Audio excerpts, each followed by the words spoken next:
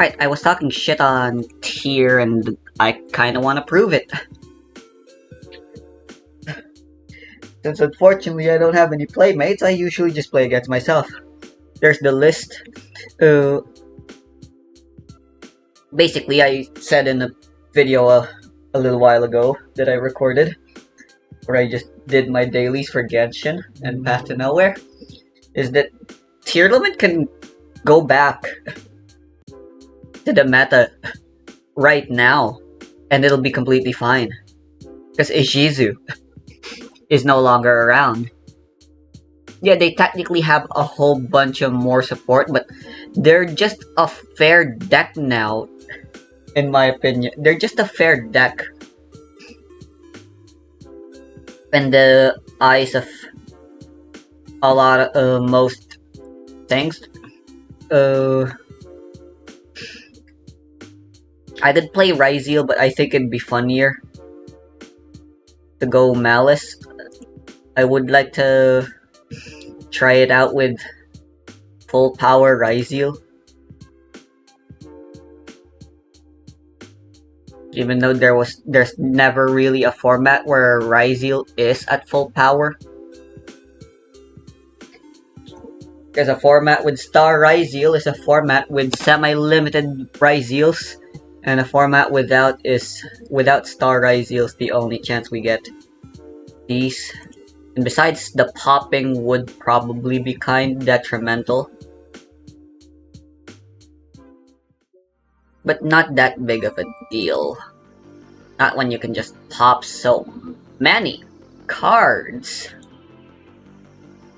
And they'll run out of fuel faster than Drytrons, and I'm pretty sure.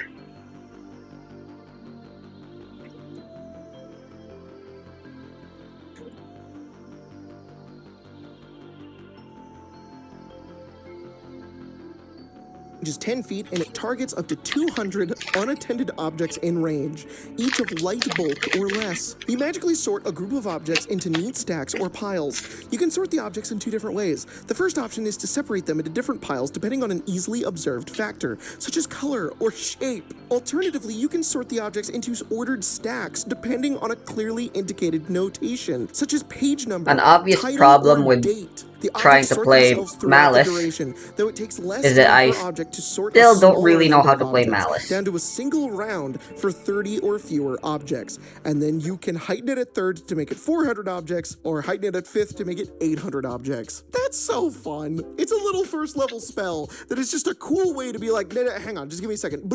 And you just organize everything. Open a treasure chest. It's all of these gold pieces and platinum pieces or whatever. And you're just like, all right, and you could sort all of them. You go to an ancient necromancer's laboratory. His notes are scattered all over the place. Just give me a minute. I'll just sort all of it really quickly. What do you want? Page number, date, color.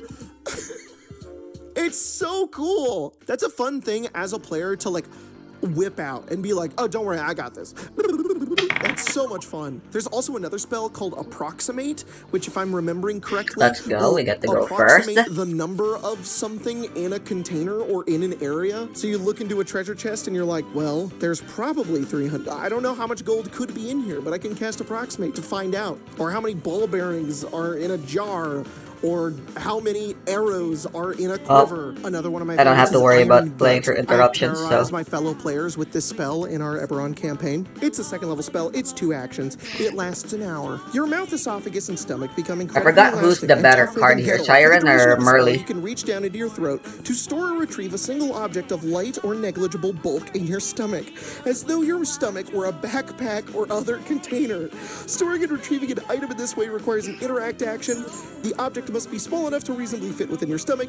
It is very difficult for other creatures to notice that you are hiding an object in this way. Passive observers can't possibly notice, and you gain a +4 circumstance bonus to your stealth checks to conceal the object, unless the searcher specifically searches your mouth and stomach. If at the end of the spell's duration, you still have an object stored in your stomach, it is violently expelled, dealing 1d6 damage to you, and you can heighten it to third to increase it to 8 hours. This is so funny. There's so many ways in a D&D game where you could hide an object of something like that, but only Pathfinder has the balls to be like, what if you What if you ate it? What if you shoved it in your stomach and we made a spell that did that? I used this one time as a Xeraphis in our Eberron game to sneak his arcane firearm into a casino.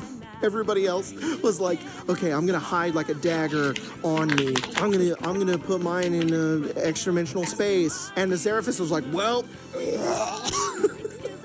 And then I got to dramatically reveal it later when I was interrogating somebody. I was like, we were sneaking around and we were doing this heist, and then there was this old guy, and I walked up to him and I was like, pulled the gun out on him. Oh, this spell's awesome. Nightmare, nightmare, nightmare. This is a 4th level spell. Takes 10 minutes to cast. You target a creature you know by name. I didn't mean to put you there. You just have to know a creature. You were by supposed to name. let me play around Nib. To your target. The next time the target falls asleep, it must attempt a will save. If you know the target only by name and have never met them, they get a +4 circumstance bonus to the will save. On a failure, the target has nightmares and awakens fatigued, which is a -1 status penalty to AC and saving throws, and you can't use exploration activities while you're traveling, and then you recover from it when you, after a full night's rest. On a success, the target has nightmares, but has no adverse effects other than the unpleasant memories. On a critical success, the target is unaffected and immune for a week.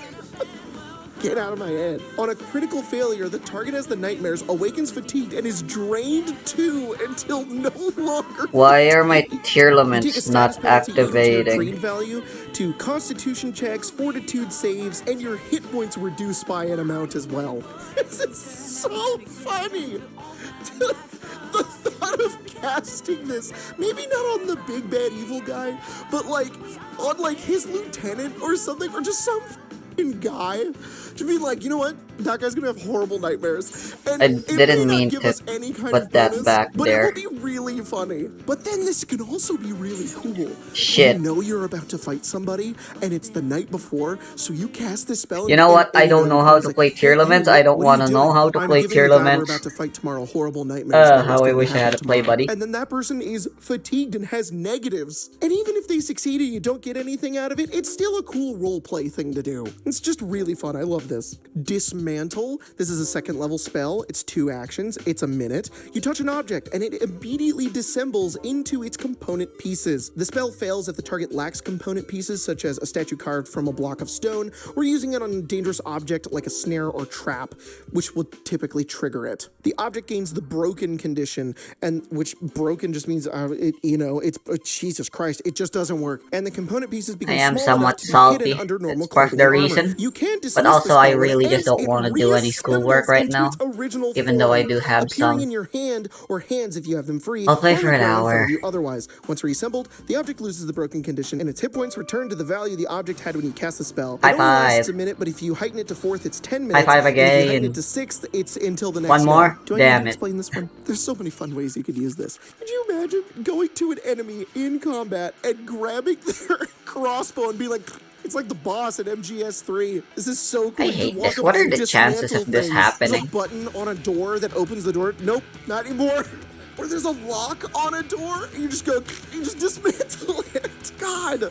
I love how you Blast play back. This is a third I love level how you spell. open up It's a your reaction, turn with Fiendsmith it and you triggers have when no fall idea more what than they're 10 playing. feet, and it's a 20 They foot could be emanation. playing You hit the pure, ground with a which shattering is boom, never likely, propelling the force of or they your could be fall playing out of the literally way. You take anything no damage from the else. fall, as the displaced Just- air that's- allows you to that's land just gently, but all of the Fiendsmith. creatures in the spell's area take 6d4 bludgeoning damage. Creatures that fail their saves are also pushed back 10 feet, and you can heighten it, and every 2 levels you heighten it, the emanation increases by 10 feet, and the damage increases by 1d4. This is badass Featherfall.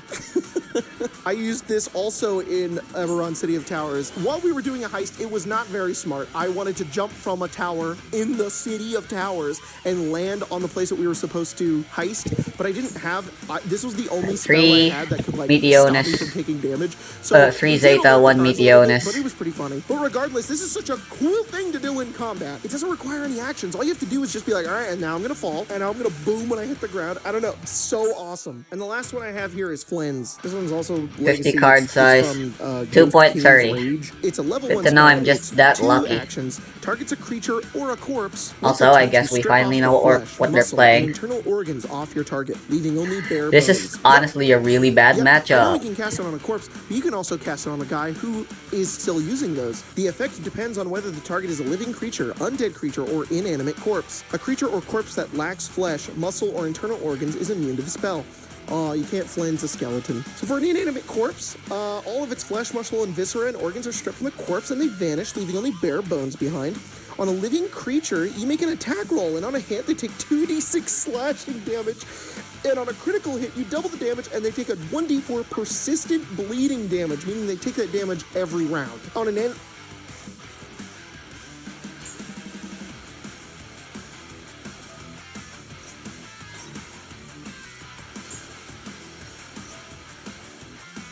Guys, Pathfinder spells are...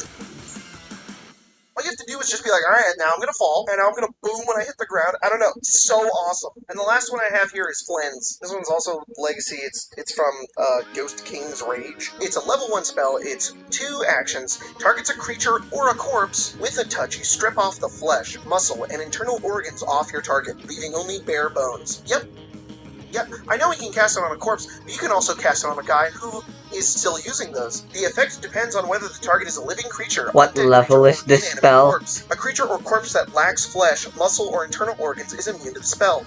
Aw, you can't flange a skeleton. So for an inanimate corpse, all of its flesh, muscle, and viscera and organs are stripped from the corpse and they vanish, leaving only bare bones behind.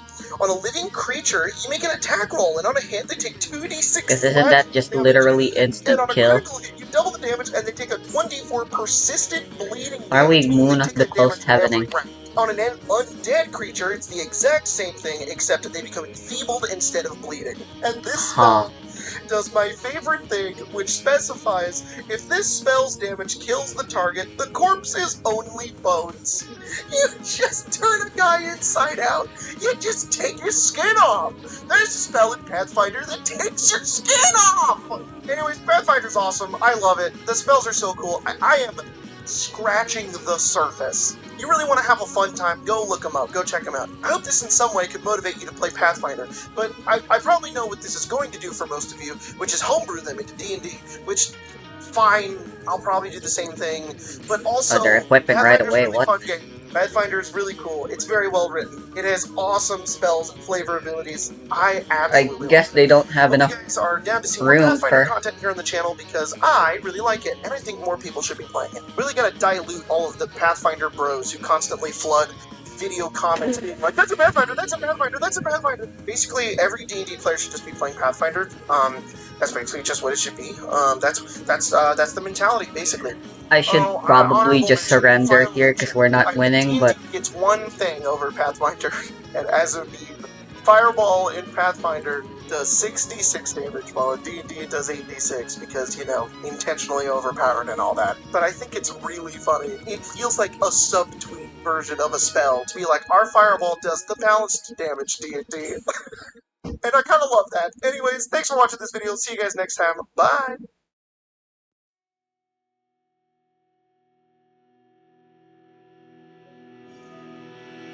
Let's go.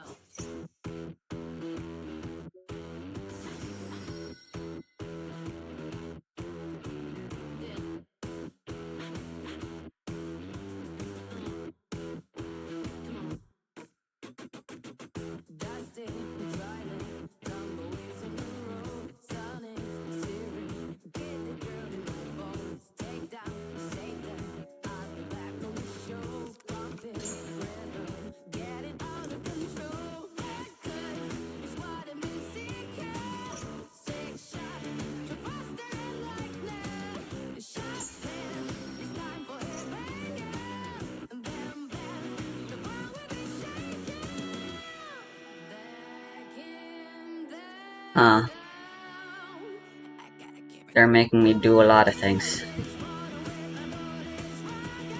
It's a bit concerning.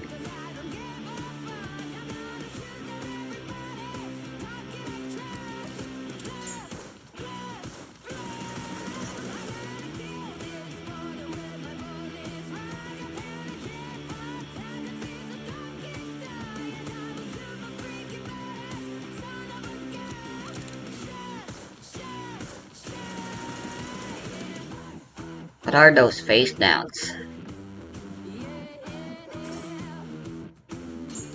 They're not letting me get my field spell, which is a good decision.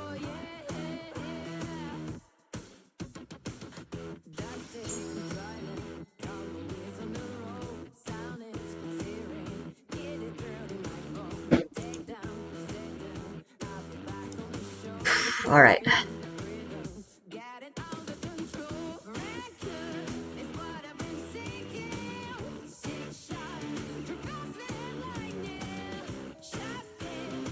Still need to find a way to get rid of all of this bullshit.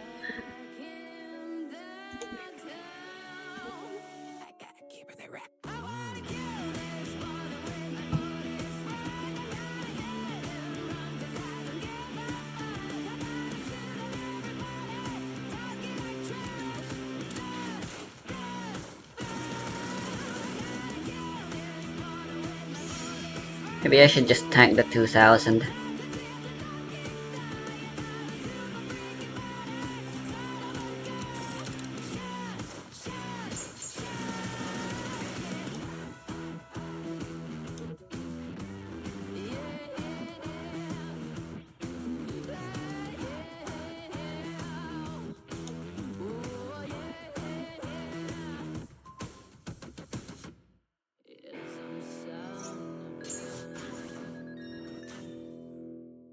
Oh damn, I didn't know they could do that.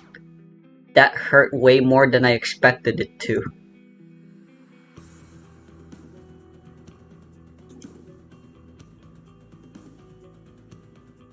Let's just go straight into Zeus.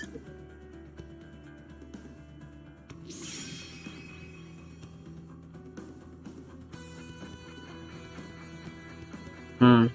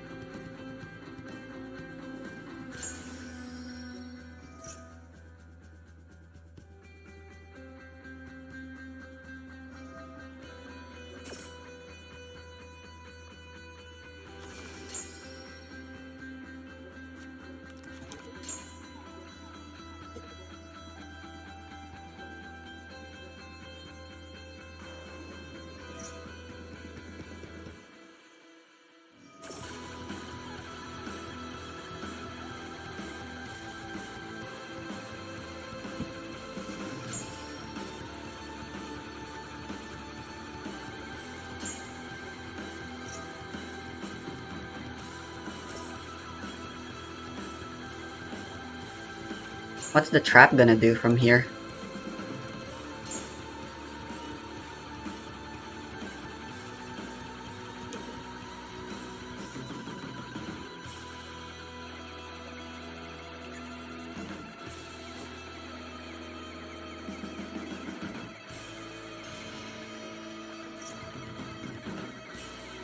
This does destroy, which I'm not happy with.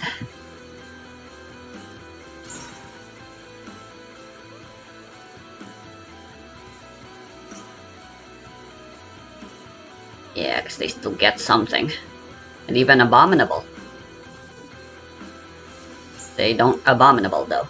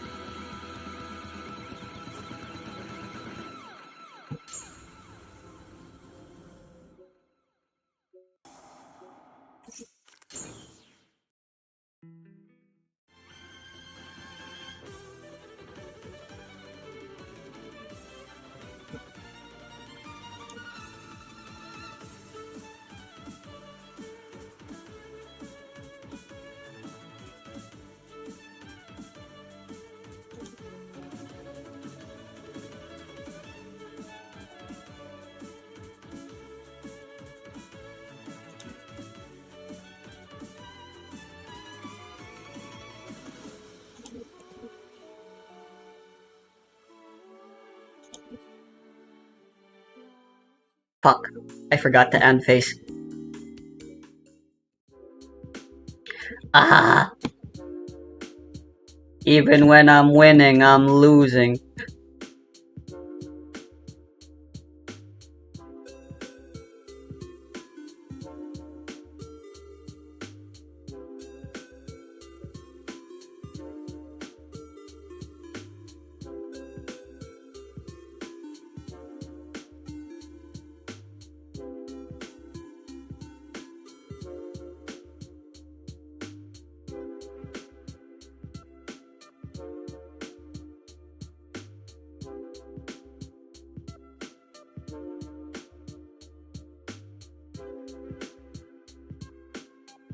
Dude, I thought that was a Hungry Burger alt art. That would have been so cool, but I think it's a new card.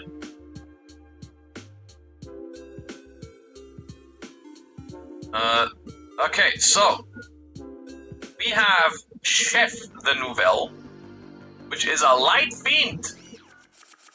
Does that matter at all? Let's find out. Are Nouvelles locked at any point?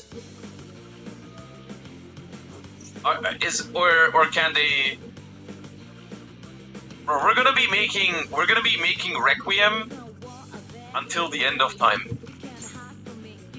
Pendulum scale 0. You can only use the first and second pendulum effect once per turn each. During your main phase, if this card was activated this turn, you can add a Nouvelle card from your deck to your hand, except the pendulum monster. If a monster is special to your opponent's field, you can special summon this card. I mean, this is already phenomenal. It's already just a searcher. You cannot activate the first and second effect of this card's name in the same chain. Once per turn, quick effect, target an effect monster on the field, increase its level by up to 3. Once per turn, if your opponent special summons a monster, except during the damage step, you can banish a recipe ritual spell from your hand, deck, or graveyard, apply that card's effect activation. Apply that card's activation effect that ritual summons. If this card on the field is tributed and added to the extra deck face up, you can place it in your pendulum. That's a lot of effects. The relevant ones here being, during your main phase you can add, then when your opponent plays you special summon it, and then you can perform a ritual summon if your opponent summons again. Which, for that, I don't actually have enough context. I don't know how relevant it is in Nouvelle specifically to ritual summon on your opponent's turn. Oh yeah, targeting your own stuff is also good, I think, in Nouvelle, right?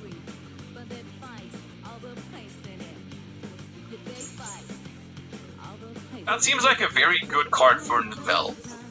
But the thing is, my only experience for Nouvelle, or with Nouvelle, is that one event in Master Duel where they basically forced you to play it.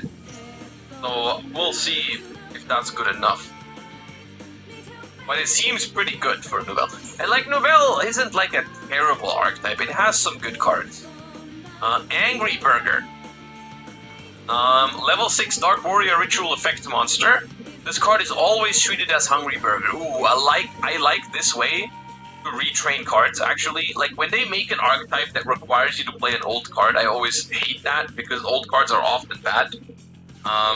Like how technically, even in the Yubel deck, it's not great to draw the Yubel unless you want to make they don't Phantom have right a away. second Imperm. This card, this little phrase here, makes it so I ate that you don't Imperm have for to play you, the old Hungry vanities. Burger anymore, but you still get the synergies with it, which is nice. You can ritual summon this card with a recipe card. You can only use each of the first and third effect of this card's name once per turn. You can reveal this card in your hand, add a Nouvelle monster from your deck to your hand, and if you do, shuffle this card into the deck. Ooh, it's basically Illusion of Chaos, but for Nouvelle.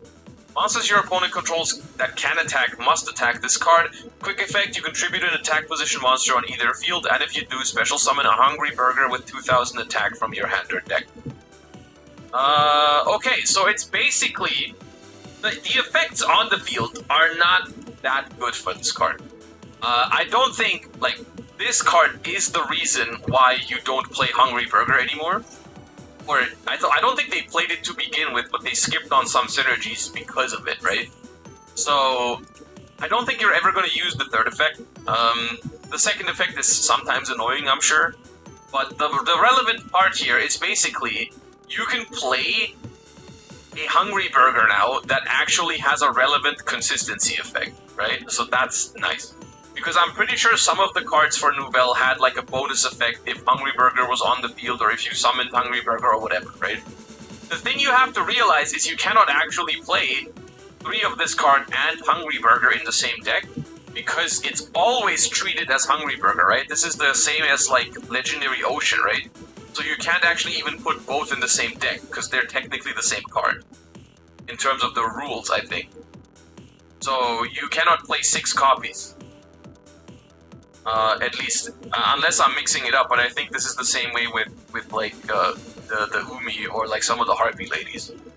So if you want to play the OG Hungry Burger, you'd have to cut this card down, which I don't think anyone wants to do, right? You don't want to play 2 copies of this to fit 1 Hungry Burger. We have the recipe book here, continuous spell card. You can only activate 1 card with this card's name per turn. While you control a Nouvelle monster card, all face-up monsters your opponent controls are changed to attack position. Ooh, that matters. If I remember correctly, during that Nouvelle event, it was like one technique how you would play around Nouvelle, because something was like tribute attack position monsters or something. So you could play around it because like stuff in defense was way harder to out for the deck.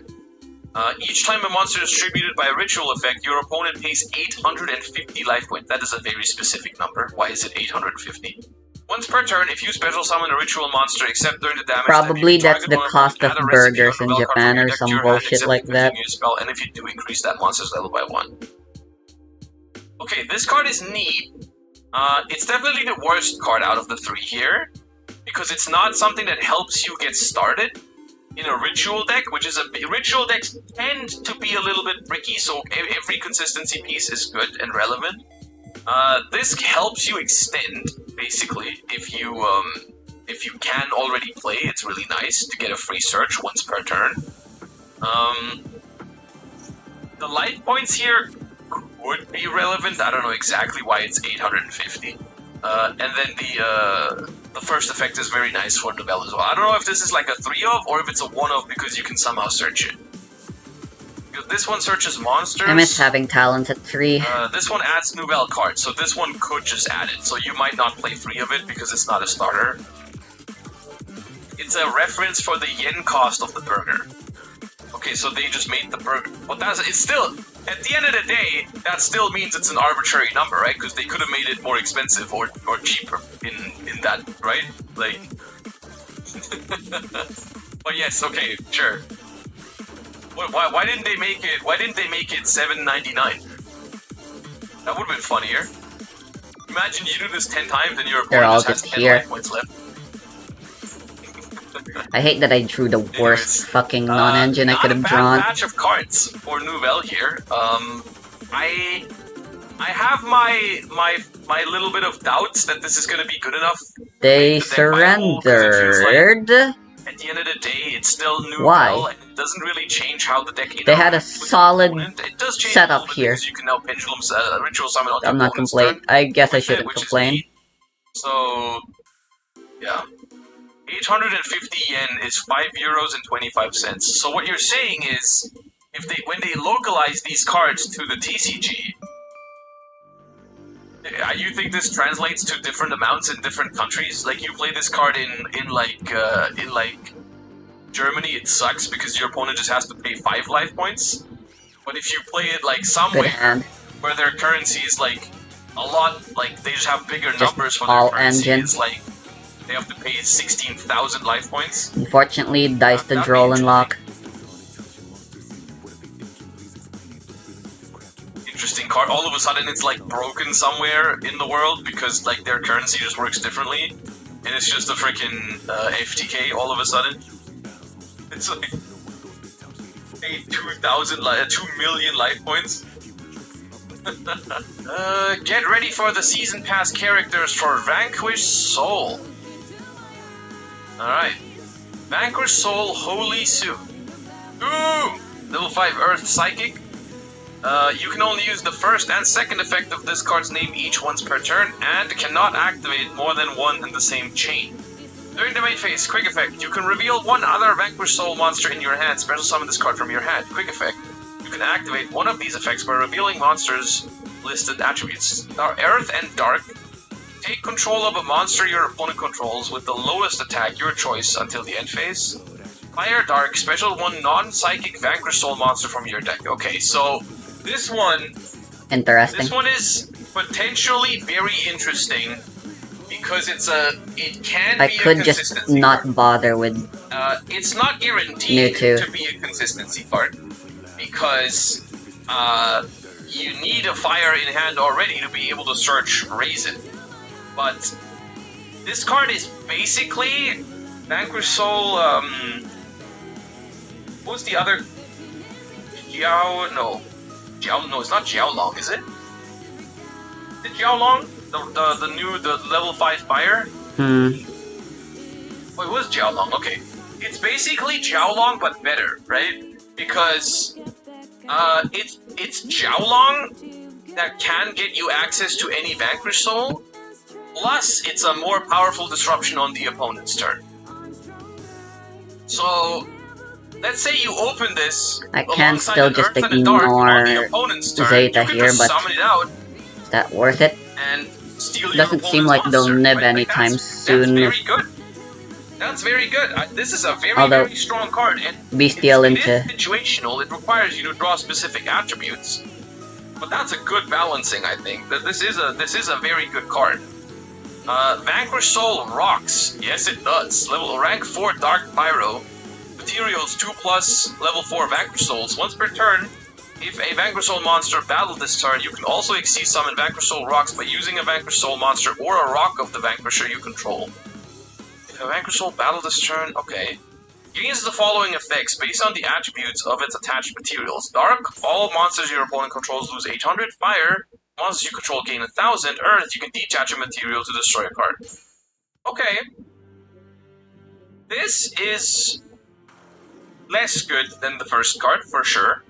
It's a nice little they bonus. can't imperm anymore. It's If a nice they little had one. bonus to just be able to rank up something into this, and then it just gives you a pop or multiple effects as well. If you make it on top of the Rock of the Vanquisher, that is a dark monster, right? So you would only gain the all monsters lose 800, which is not that good.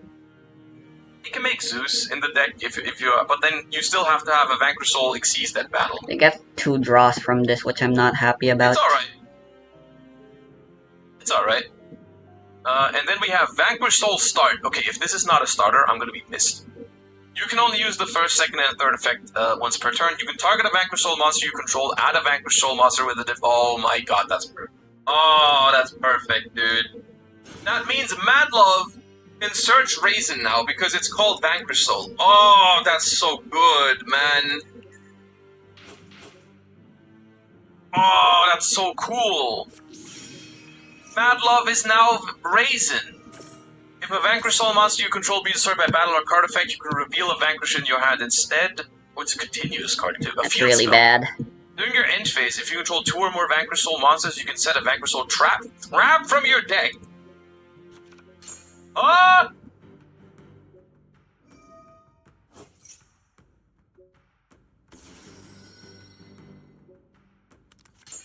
So, once per turn, we're getting a Vanquish Soul search for free. We have protection for Vanquish Souls. And we get a free trap in the end phase? Oh, I love that, dude. I love that. It's very broken, don't get me wrong. It's very, very broken, but it's for an archetype that I like, so it's fine. You know? That's how it works. That's how it works. If the broken card is for a deck that I like, it's good.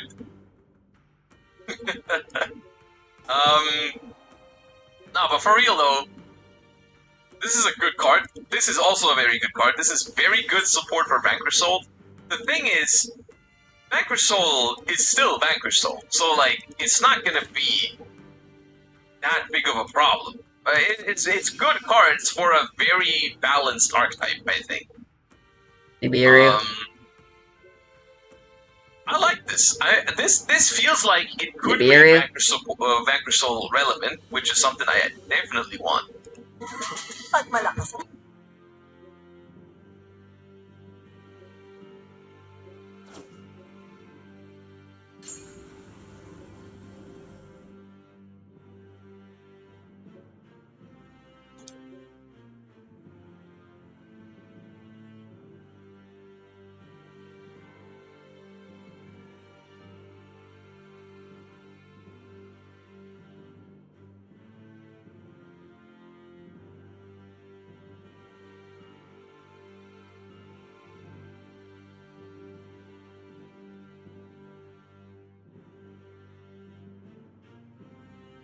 There's no way they can't out this with all the cards they got.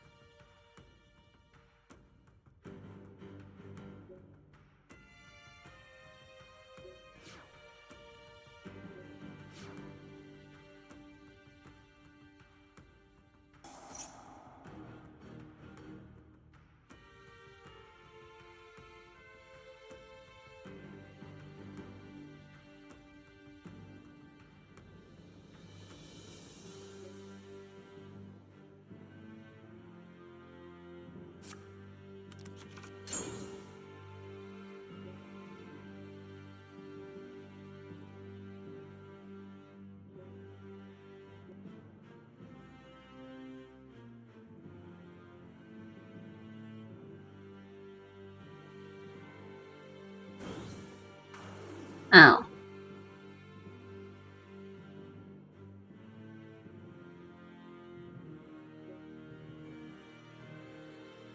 Why are they not activating White Rabbit? Oh. If they're not even willing to get this negated, then that definitely means they don't have triple tack.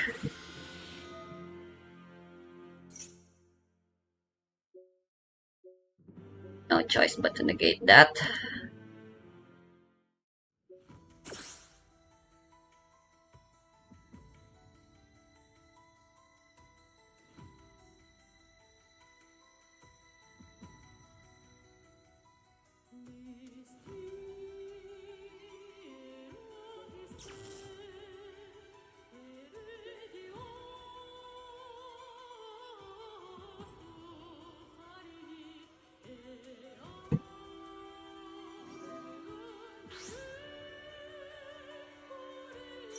Wait, what?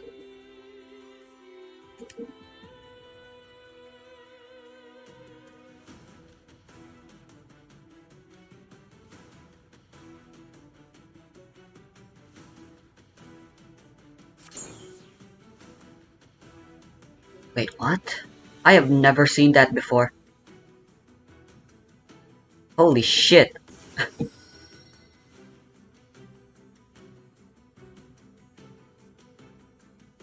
Didn't know that was a thing.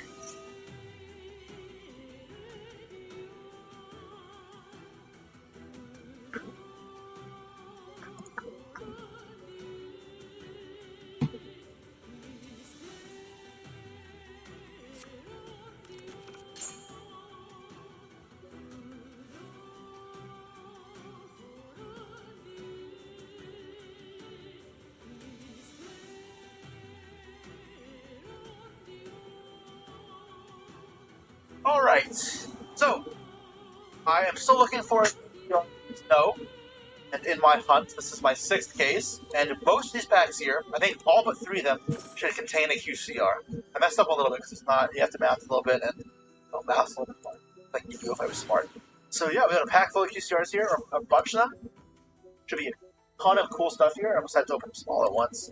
52 packs here. If I have to guess, we have 49 QCRs, these 52 packs. If I did my calculations remotely correct. Let's see what we get. And we get no snow.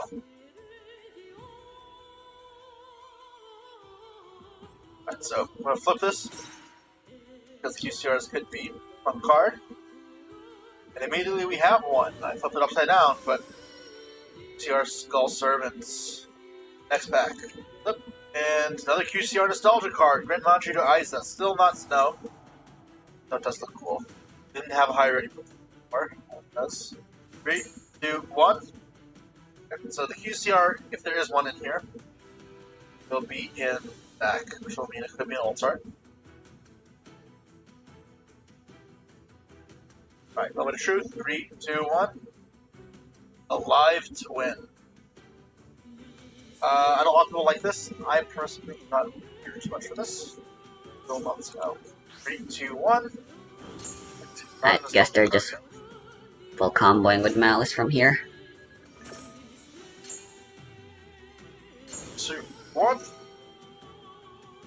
Aether, the Heavenly Monarch. Very pretty, but I do not want this. Guys, I'm in love with you. I think this is a mapped case. I think we're getting the exact same QCR as the first case we opened. Which was a good case. Very good case, to be fair, so I'm okay with that. It'll mean he doesn't know. Still, I'm hoping I'm wrong. Shockmaster. That's the card I already have. On to the next pack. Whoop. Scarm. Okay, maybe it's not a repeat of the first case. First case I did not have had Scarm. However, my third, fourth, and fifth cases all were like identical cases. I'll have Scarm. Although a lot of these cards I pulled so far weren't in that case. That means it should be a unique case, hopefully. Cool. Let's see Ultimate Rare there as well. Another Aether there. I like the Ultimate Rares. A lot of people don't, but yeah. Get the Scarm signed by Farfa. Guys, my first ever top was with Burning Abyss. I like that a lot. And it's not with Farfa. Alright, flip here. Snow. Alright, no Platinum Rare. Back card is maybe there. Hopefully we get a nice card. Chaos Max. That's think cool this card art. is so overrated. I don't really care about this card, but I know some people like it. You guys like this art? I'm not sure. Scarm again, but it's not a QCR. Back card again. Splash Mage. Braver. Bad. Hardly seems necessary when you already have everything. Let's go! Another alt art. Vex Veiler. And these two were both in my first case. Which makes me think it's similar to the first case. The Scarm wasn't there. This is still very nice though. Very happy to get this. See, my second, third, fourth, and fifth cases were so bad for this set that I thought the set itself. That's why. Case number 6 looked nice. And so, for those who don't know, in order for us to map it, we had to open a couple QCRs first to figure out where the QCRs were in the boxes. And one of the QCRs we got was in the Nibiru and an Alex. No. So we already got 2 actual open. There aren't here on the screen. Next pack here. I'm still holding up hope we get a Snow. Yeah, some Platinum Rare on the front, which means the back card should be QCR.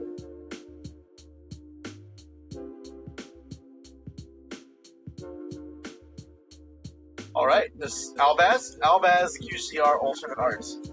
Back to back, yeah, my first case that I opened was like this. It was all alt arts, infinite. And most of the cards I got here are the exact same as my first case, which I'm very happy to have gotten again. Alright, 3, 2, 1. Alright, nothing else here again. Should be the back card, could be another alt arts.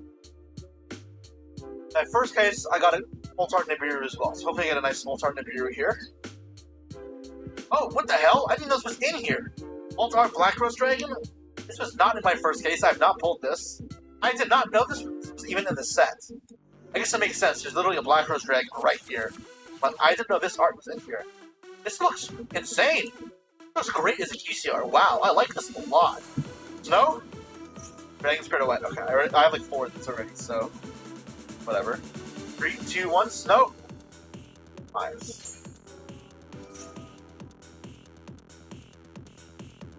Back Esper Girls. Here we go. Nibiru. Big Eye. Not really. It's the best case? Well, we still have a bunch of QCRs to go. But the case is looking really good so far. Okay, Platinum Rare Units. Not QCR either. No, it's nostalgical, so if we are going to get it, it's going to be the top. Dustin Coles. Not a hero player, so... Here we go. Snow. Surely Snow. Norton. 3, 2, 1, snow. Starting Venom Dragon. Sure. I don't know why it's snow. Yes, it is. Alright, surely this one is snow. Here again, the next. I have like 5 of these. Every case has had one. UCR Fairy Tale Snow! Not a nostalgia card.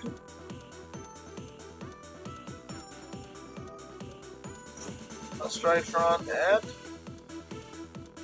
Splash Mage. 3, 2, 1. Not a nostalgia card. Shine in the back there. Ew. Caesar Valius. Not a Vanquish Soul player. Alright, surely this is snow, right? Emerald. Alright, I'll sell like 5 of these.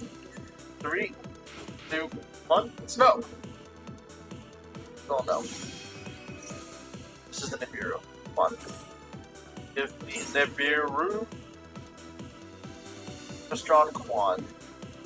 Yeah, that's probably one of the worst ones in the whole set. Nope. What the hell? Why is this in this set? Sacrifice. I have nightmares from this card.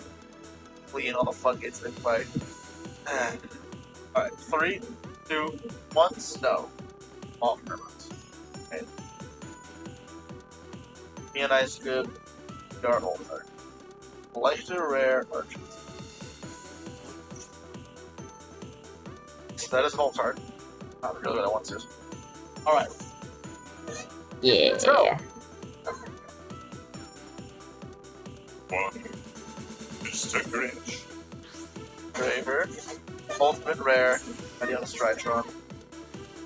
Oh. See, guys, if you're watching YouTube, my Twitch chat is fighting on the music. Alright, QCR behind here. Hero lives. My hero cards. These were also in my. Most of these cards were in my first case. I think it's gonna be very similar to my first case. Right now, if you watch the YouTube, you can't tell. We listen to Chris. 1. Someone. Mr. Grinch. Snow! Dragonfly. It looks cool, but it's not here. Well, I don't fuck think we're getting me. Snow, guys. Maybe I'm being pessimistic, but after 6 cases, or 5.5 cases, I don't think we're getting it. The worst part is the card is $6. I could just buy it. I went to the satisfaction of pulling my own. But like, I can't keep opening more boxes. Diamond Firewolf, not Snow. Snowbird? Yeah, it's all Snowbird. Alright, here we go. Fine. Back. Give me Nibiru.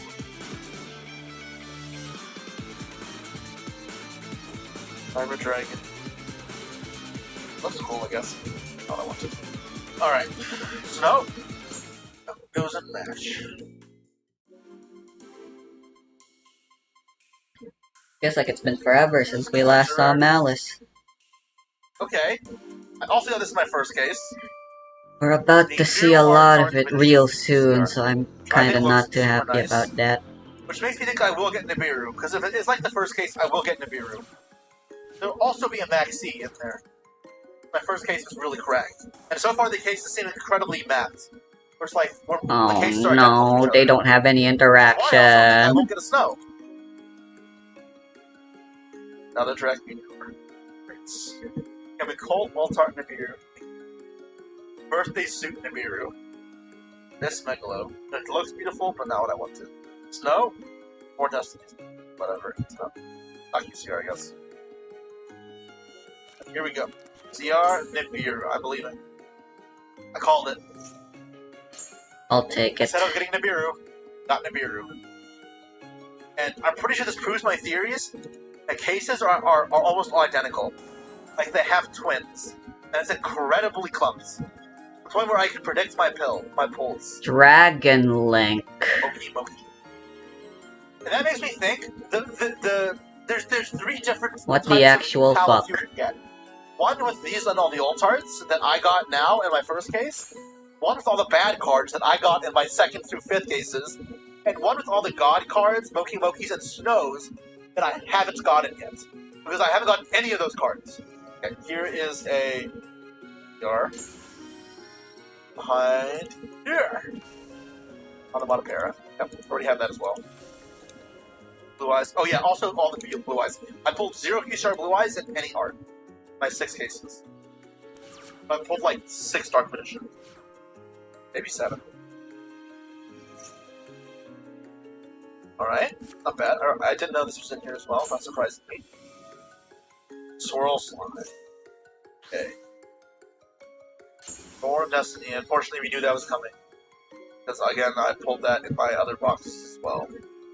One of the worst QCRs in the set. The last good QCR missing from that I expect to get is Maxi. But there were also, I think, we already got Albaz. Ecclesia should be in here as well. Oh, but this is different. This wasn't in my last case. This is my first QCR Seer in all 6 cases. So maybe it's a little different. From all the cases we've got, though, it's been like 8 of the 12 boxes are the same. So maybe it's like slightly different every time. Which makes even less sense, to be honest. But I don't really know. Oh, okay, so card potentially. Collector Rare Kiss and Kill. Of course, already comes Collector Rare, so... This T. Cool. This card's still legal. You're behind this. That is very fitting. This was not in my first case. This is a very nice pull. In addition. Call by the Grave. Twin followed by Call by the Grave. It's very funny. I don't remember if this was. Might have been. Large drawing. Okay. Ultimate Rare Typhon. This is probably what I will end up using for my Typhon now. I think it looks cool. Pops. Wait. One of those dead packs. I did say I messed up a couple. So, one of the dead packs was there. Lifer. I've got none of these QCR either. Ultimate Rare Raging. Followed by QCR stuff. Oh, I opened it the wrong side. QCR Thrasher. 1, 2, 3. Oh! Okay, my first QCR Obelisk. This I've definitely not pulled yet. Only got platinums of these. I'm only missing Slifer. So this is different. Still could be a snow. Nope, no snow.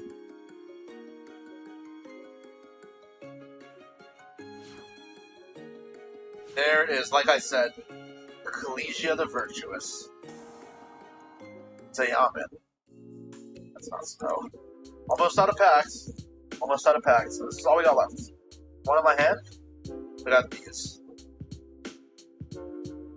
Bottom Z call. Okay. Nice. Oh right, yeah, this was in our I knew I'd get Cartesia as well. My first case also had Cartesia. Alright, here we go. Fairy Tale, Snow. Fairy Tale, no. That's what it more feels like. Right, 3, 2, 1. Norden. Give me a Maxi Ash. Why? The card I'm expecting is Maxi at some point. I remember that in the first case. Oh, yes, I forgot about this. This wasn't my first case as well. My first case was so good. Man, this clump was amazing. But my first case was actually so good. Broken. I need to get this case again. Yo. That's not snow, but that's fire. This wasn't in that case. It was in another case. So it looks like about 8 out of the 12 boxes, so a third, 2/3, 66% of all the QCRs are like linked together. And then the rest are separate for some reason. It's very strange. It's from my 6 cases, those are the finest we found. Alright, are we getting something else crazy again here? Alright, could be an alternate, could be Maxi. Ooh, actually, what's in this? Alternate left arm offering. Of course, a pivotal piece leading to my World Championship victory. I like the Ultimate Rares a lot. I remember getting this in the first case. It is not good. Delinquent Duo. You remember this is my first case as well. Not a bad pull. Should be dead. Final pack. Will it be a Fairy Tale Snow? Alright, so start off with the back card. Is it a QCR? It is. Pantera. There's the rest. Not a snow. Once again, on 6 cases, Fairy Tale Snow eludes me.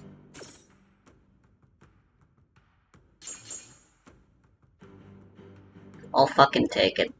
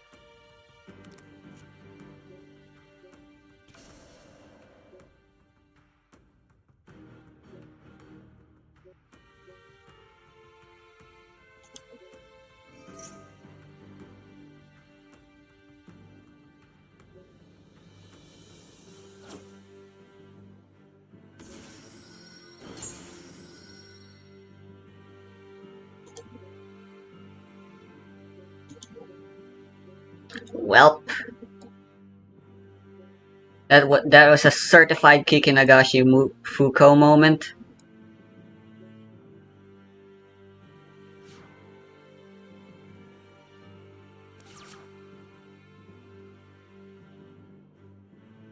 Yeah, this is why you use Kikinagashi no Fuko. If you're playing this. Nibiru would not have mattered.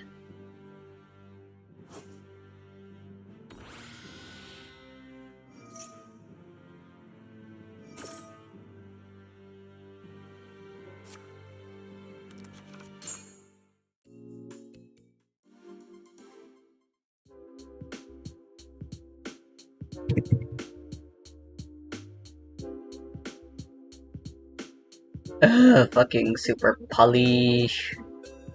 2 whole ass slots.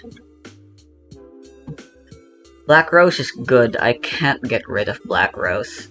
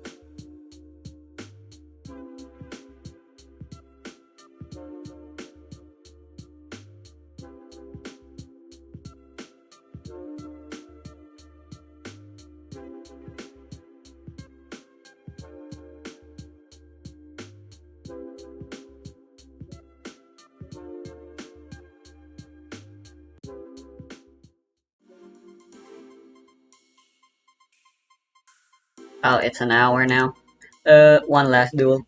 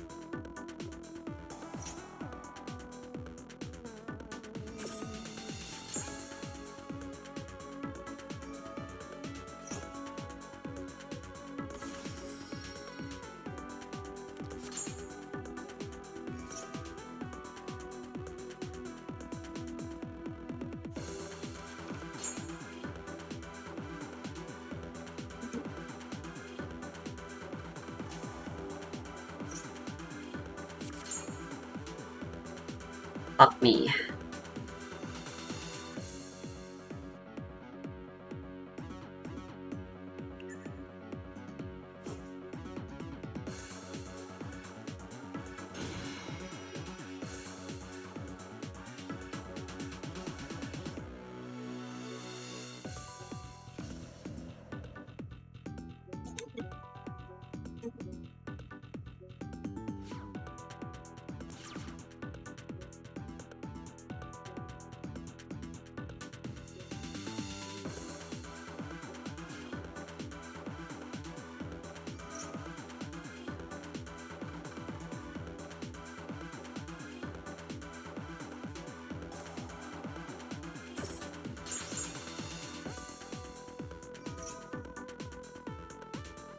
Oh.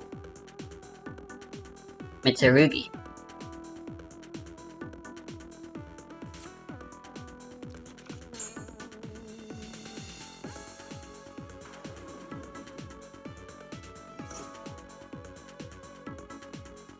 Or not?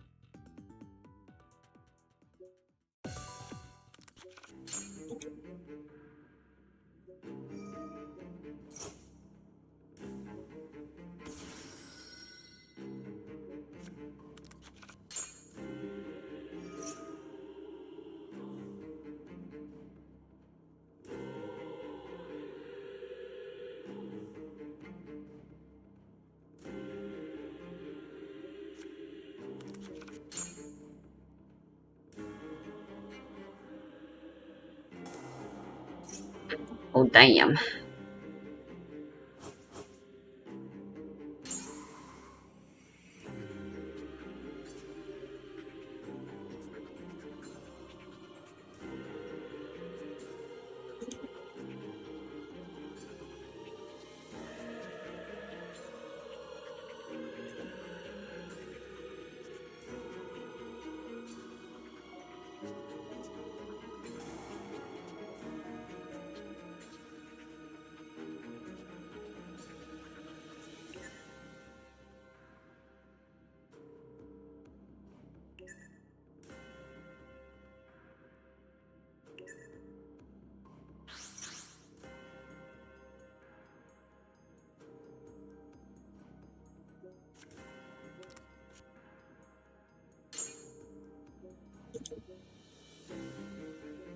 That puts me way right back into the game, holy shit.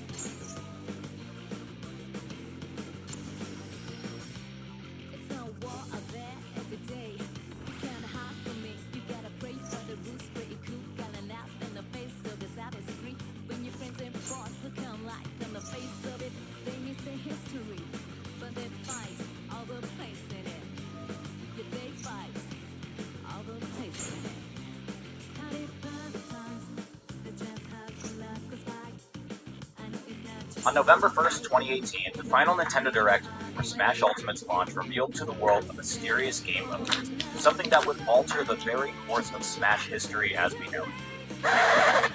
Okay, it was Spirits, and I don't really think it changed that much. In fact, fans didn't really care about it at all. Sure, there were reaction videos here and there that showed some interest, but the biggest takeaways from that last Direct were the new characters in the single-player campaign.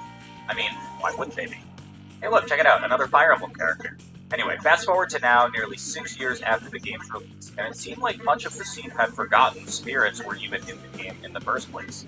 But it may surprise you to learn that, for such a lukewarm addition to the game, the systems built around Spirits are actually surprisingly complex.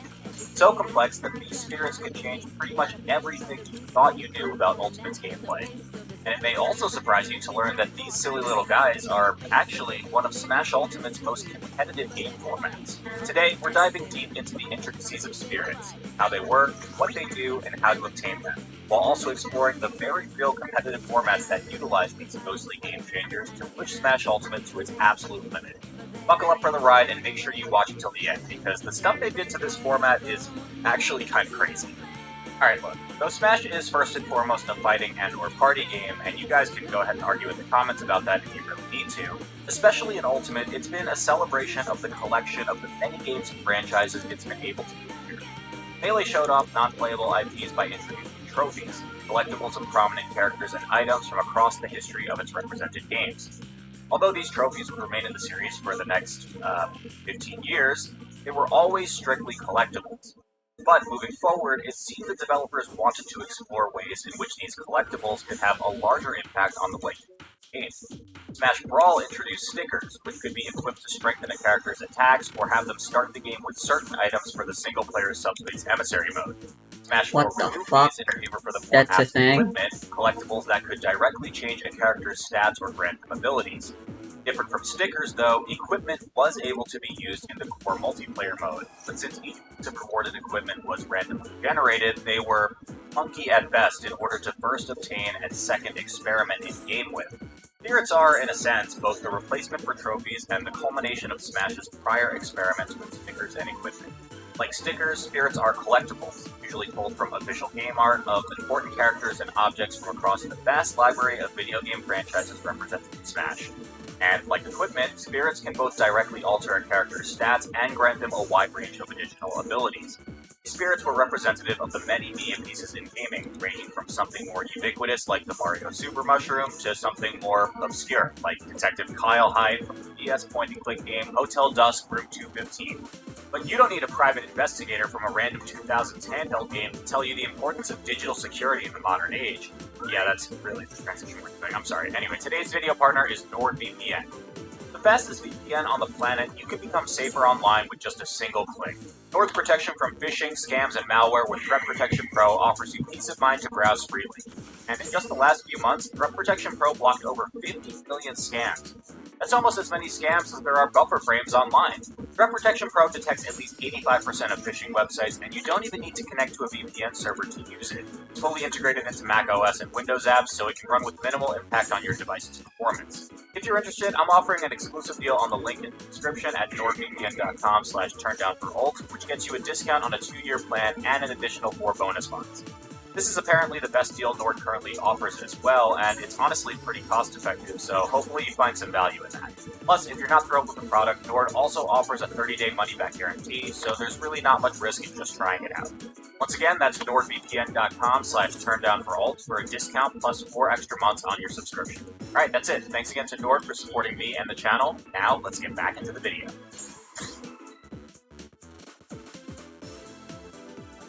Alright, so Spirits come in 2 main types, primary and support. Primary Spirits give stat bonuses to characters' attack and defense, and can sometimes offer an additional ability, like increasing the strength of a certain attack type. And each primary Spirit has 0 to 3 extra slots to add on support Spirits. Support Spirits can, in turn, grant additional effects or abilities to fighters. Some of these effects are more potent, costing 2 or even 3 slots, and together, the primary and support Spirits form what's called a Spirit Team. Currently, Ultimate features 741 primary Spirits and 639 support Spirits. And just for the sake of completion, there's another 124 fighter spirits that are just the Smash fighters themselves and have no gameplay function, and 24 master spirits, which only have effects in single player mode. That's a lot of options, but the relative strength of a spirit team can be measured in a few different ways. First, each individual spirit is given a 1 to 4 star rating. Then, the team is given an overall score based on the stats of the primary spirit and the effects of the support spirits. Although this score isn't fully indicative of the effectiveness of a particular build, it's a benchmark for how strong the game considers the team to be. And lastly, like Pokemon, spirit teams have type effectiveness. Primary spirits have 4 unique types: red attack, blue defense, green grab, and gray neutral. And despite what you may rationally think, this type doesn't determine the kind of stat boost it gives to your fighter. Instead, it's just a raw damage multiplier. Fighters dealing 1.3 times damage to a spirit type they're strong against, and 0.85 times damage against the spirit type they're weak to. Now, if you've made it this far into the video, you're probably familiar with the classic Smash RPS, and it's the same here. Attack beats grab beats defense, and defense beats attack. As for neutral, it's just neutral, and gets no buffs or nerfs against the other primary spirits. Numbers most important to determining how a spirit team will affect a character's stats are the attack and defense ratings. These can range from 0 to 10,000 depending on the spirit, and both of these values are direct modifiers to how much damage a fighter will deal and receive during a game. The equations used to determine these exact multipliers are on screen now, but for attack, a score of 2500 corresponds to double damage, 5000 to triple, 7500 to quadruple, and so on. Similarly, for defense, a fighter will take half damage from attacks at a score around 1606, 1/3 damage around 3333, and quarter damage at 5000. You probably picked this up, but note that because of the specific multipliers involved, defense is generally the more impactful raw rating. If a fighter with a spirit with 5000 attack fought here. with Let's just go to 5000 game 3. defense, their attacks would be doing 3/4 damage rather than neutral damage, as one may rationally assume. Now, in case that wasn't complicated enough, there are a couple other nuances to these ratings.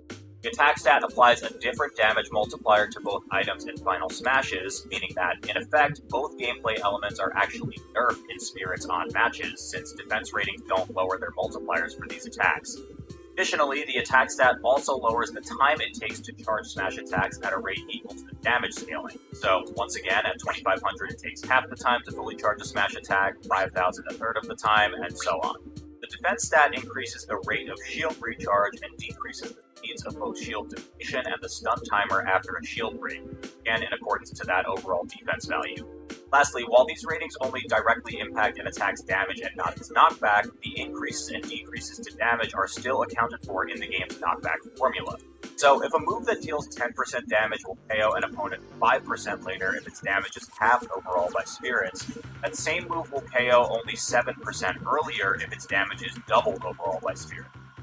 That is confusing, so I guess let's get even more technical. There are several other factors that can affect the stat boost a spirit provides. Once again, like Pokemon, every primary spirit can level up from 1 to 99 to increase its attack and defense rating.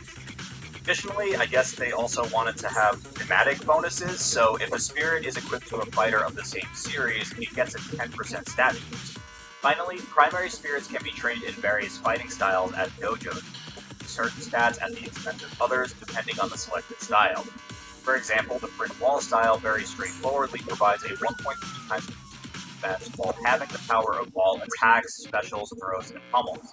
The ninja style provides another thematic set of cutting lag on attacks and specials in half and reducing defense and weight, but increasing ground and air speed, jump height, fall speed, gravity, and the power of items, grabs, and pummels.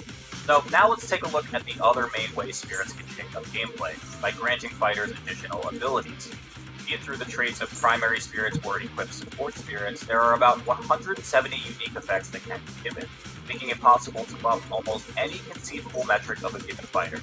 Some effects include empowering or reducing damage from different types of attacks, increasing shield durability and parry windows, gaining permanent super armor, recovering damage over time, increasing jump speed, gaining additional jumps, becoming up to certain stage hazards, tripping or being buried, starting games with certain items, gaining boosted stats under certain conditions, becoming metal, giant, or invincible at the start of a battle, and even gaining access to additional loot. In most cases, multiple instances of the same effect will stack in some ways as well, Fuck which it. just makes it. Good.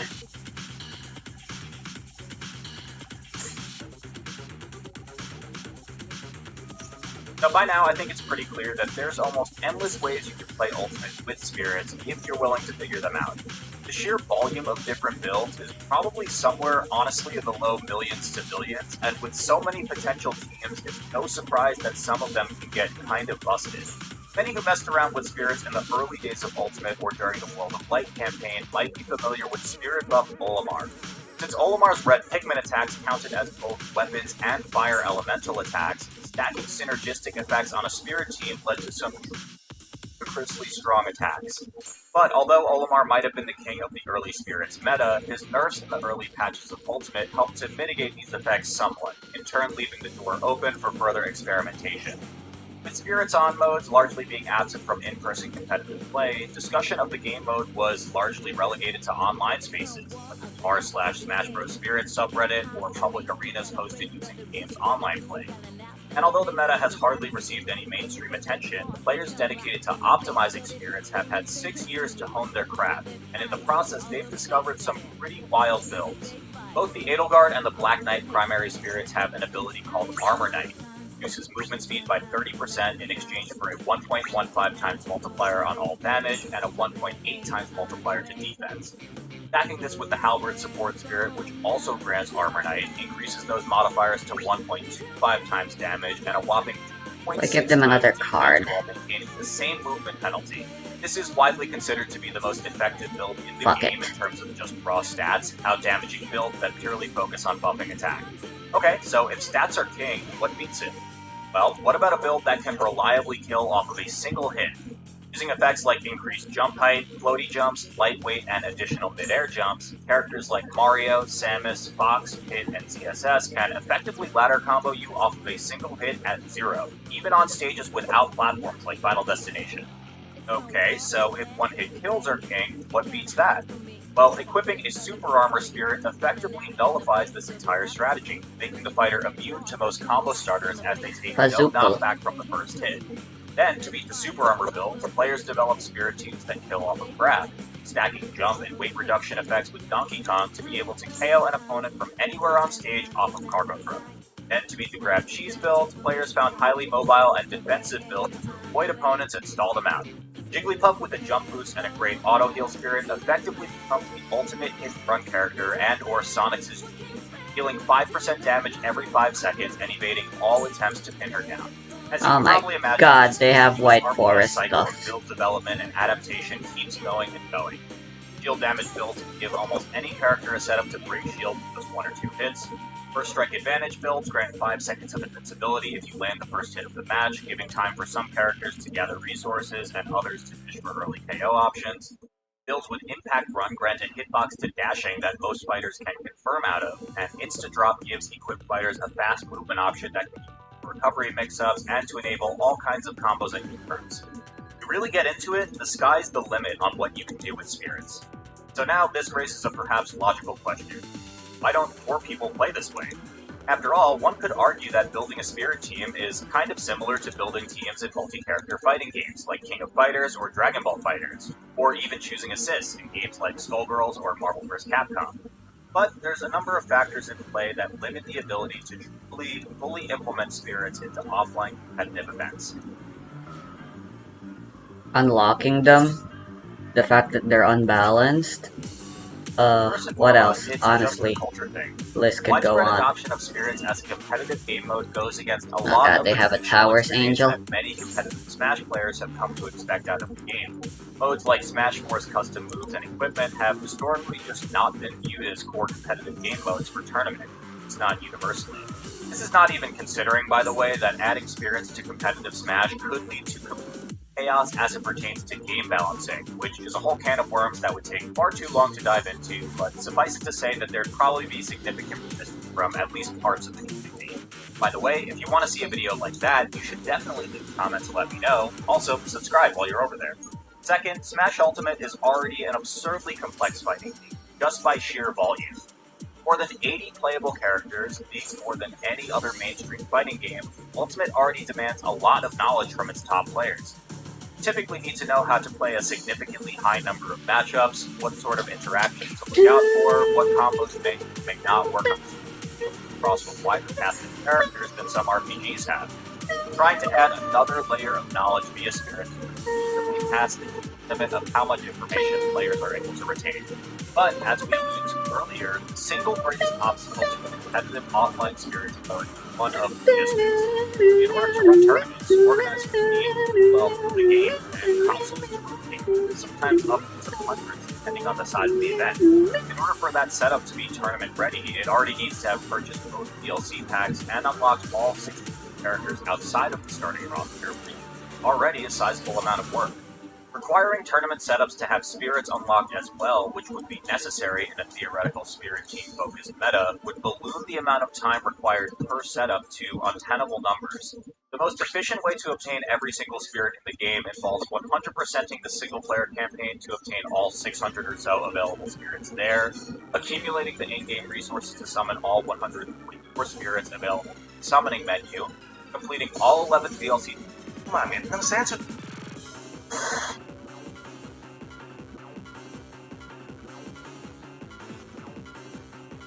Those are all worthless.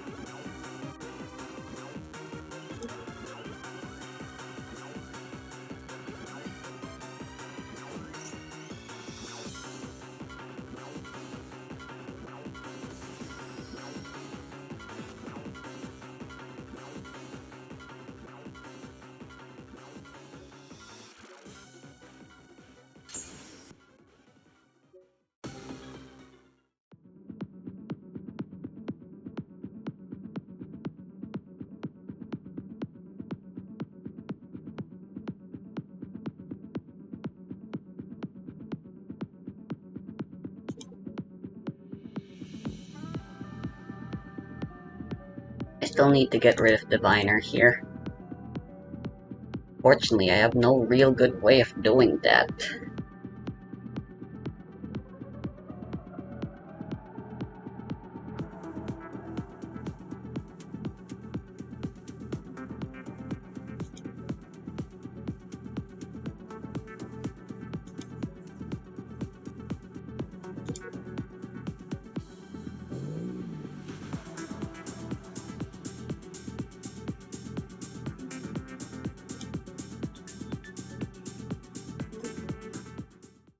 Ugh.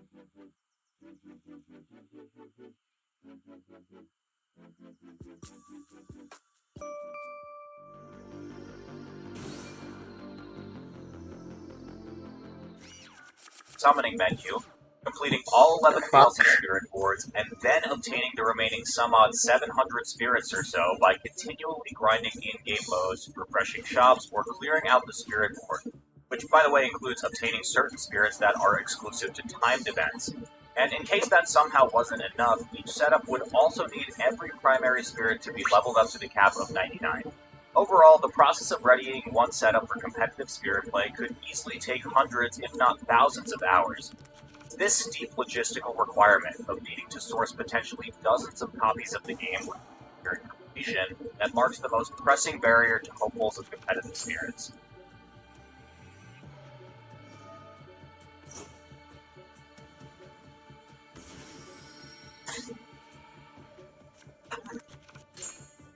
So, making every option available to players is simply unviable. Fine.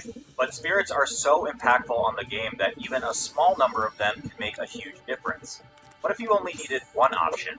What if every player in a tournament used the same build, therefore requiring setups to only need up to 4 specific spirits, of which only one needs to be leveled up?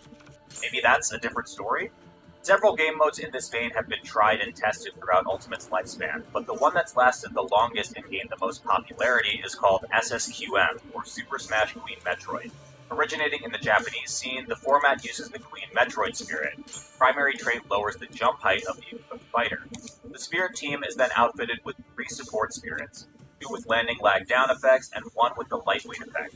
Finally, the game is played in Special Smash mode, with weight set to heavy, increasing the game's gravity by about 33%. The resulting format is a drastic alteration of the game's base physics, one where every character moves about 30% faster, jumps about 25% lower, has 40% less landing lag, and 10% less weight. Generally speaking, this universally nerfs recoveries and buffs advantage states across the entire cast, with almost every character gaining access to new combo routes. Pichu can lightning loop at high percents into kill confirms, Falco can loop up tilt into fair drag downs to devastating effect, Pac-Man's fair, already known to combo into itself early into his stock, can now be hit 4 to 5 times in a row as a zero to death option. Overall, the format makes Ultimate fast, aggressive, and centralized around aerial combos and edge guards. The lowered landing lag opens up plenty of combo starters, while the lowered jump height and increased gravity makes getting back from offstage more difficult for many characters, especially those without strong recovery specials. Because of this, the game is played with 4 stocks each, and the pace of play feels comparable to Melee. So, let's take a look at an example. Grand Finals of 2022's Queen Cup number 3. One of the largest offline SSQM events ever at a mere 37 entrants, and it was streamed on East Geek Smash, one of the highest profile channels for Japanese competitive Smash. Coming from the loser side is Kikuno, a Peach and Pichu player in Standard Ultimate, whose best wins lifetime come over the likes of Latte, Ayalin, and Renami, and whose highest major placement is 49th at Kumabura SP.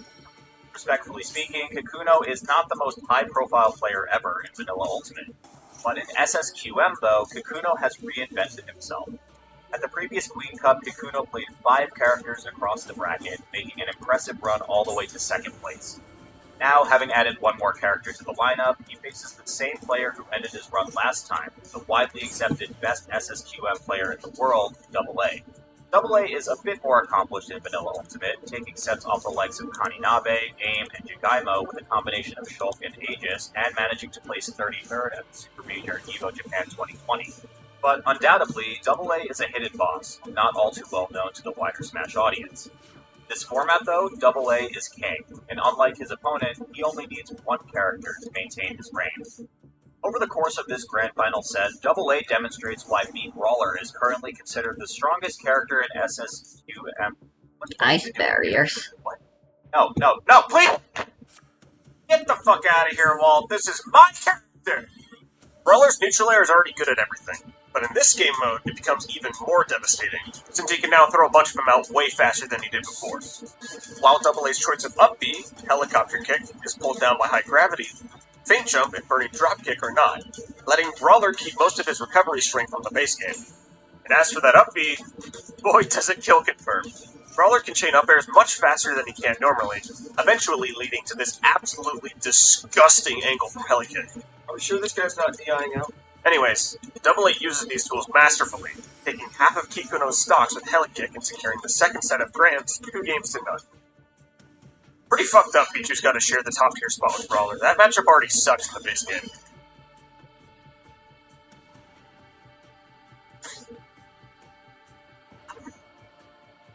Though small brackets have been held across the world, including Japan, Italy, and Canada, SSQM hasn't really taken off, and there's probably a number of reasons for this.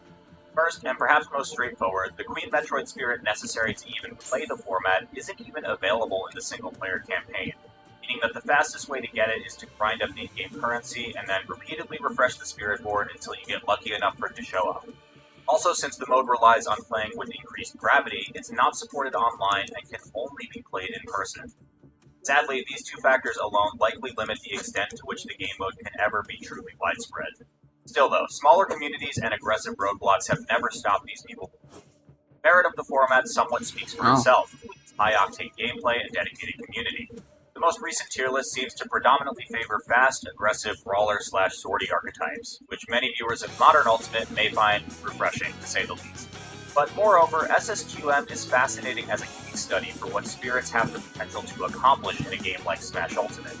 Although plain, perhaps boring, vanilla Ultimate will likely never cease being played, at least until the release of a potential Smash 6, it's just flat out cool to see how the game itself can provide its players with tools to completely shake up gameplay in dramatic and compelling ways.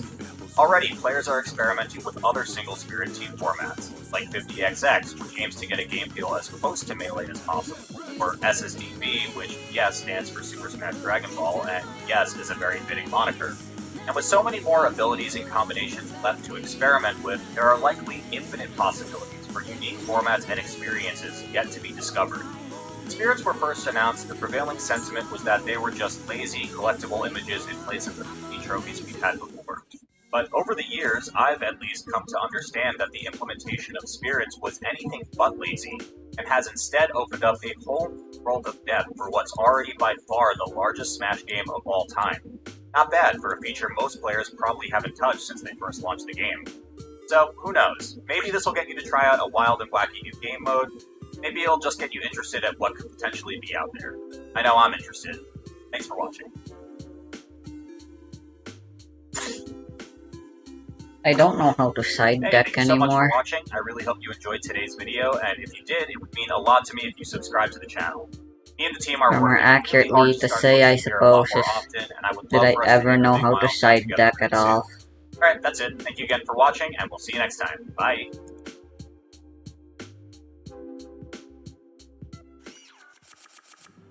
Doctor, we have a welcome here.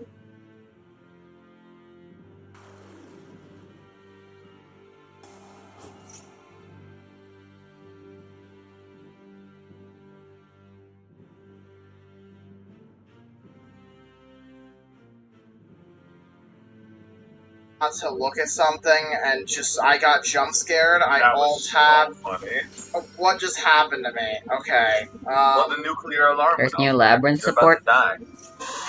Yeah, like what is happening?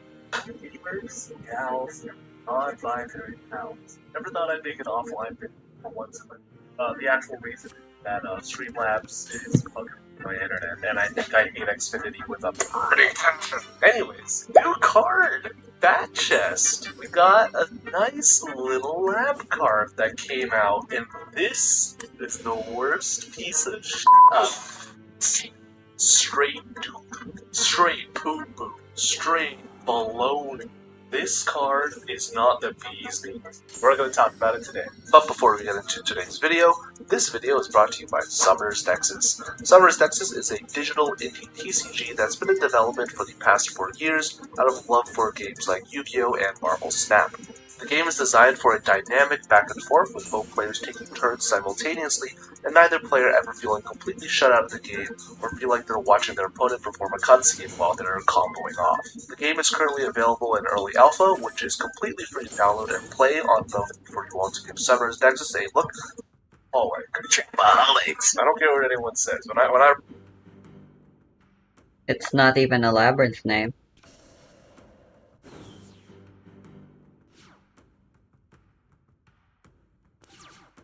Am I supposed to believe those are all hand traps?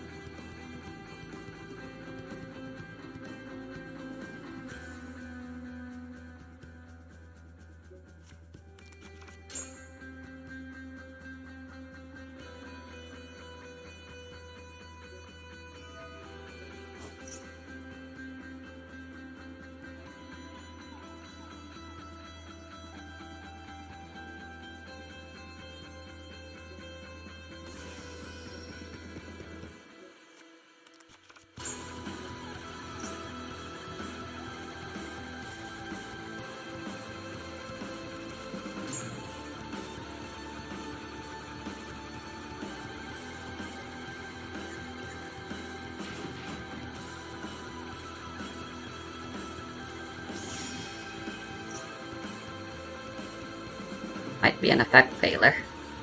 Nope. Not even that.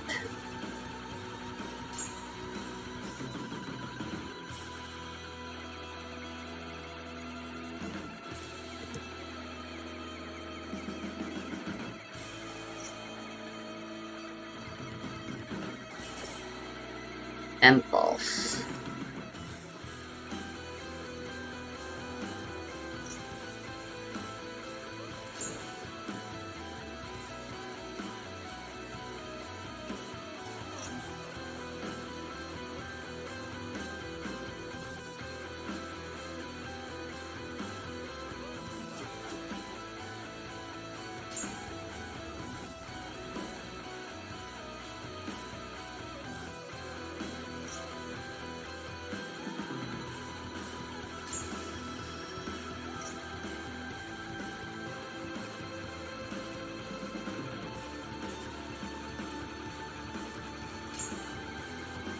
They really just said I'm not gonna activate any monster effects.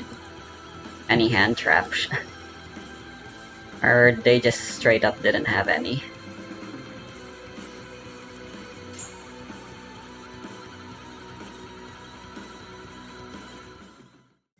That's game on board. Man! Is this it?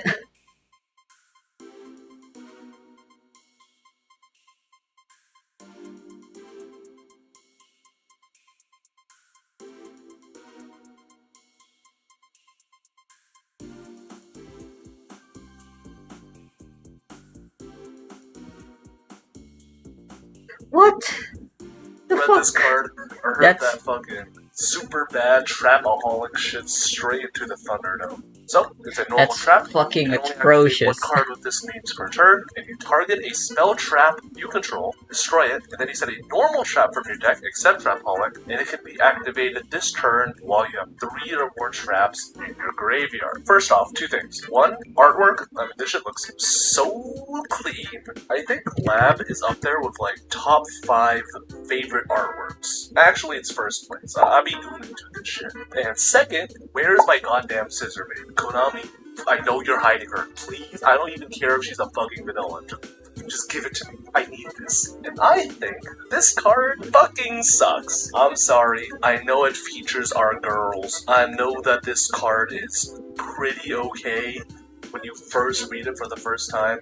But I'm sorry. Like, if you think about this card for like 10 more seconds, outside of wow, a white woman on my Twitter page, you will begin to see the cracks.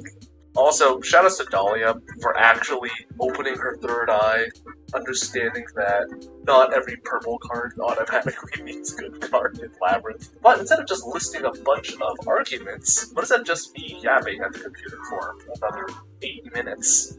Let's do a little Twitter breakdown in regards to the arguments that some people say when I said that this card is straight poo-poo.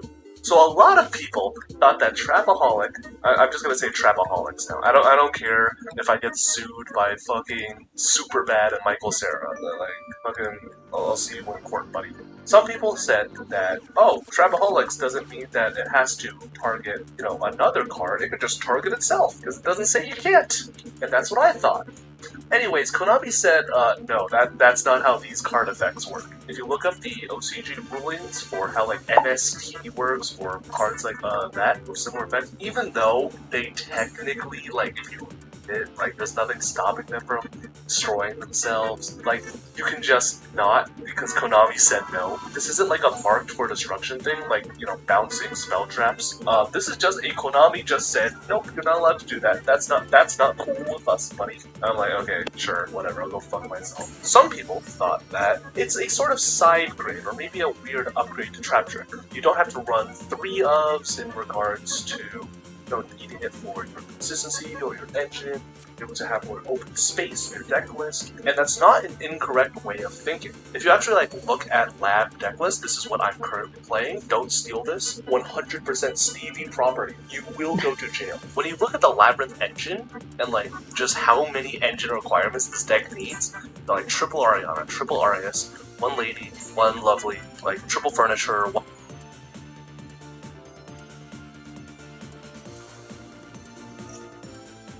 cog, 1 field spell, 3 big, 2 small. Why are you level already 7? 7, 8, 6, 9, 12, 13, 14, 15, 16, 19, 20.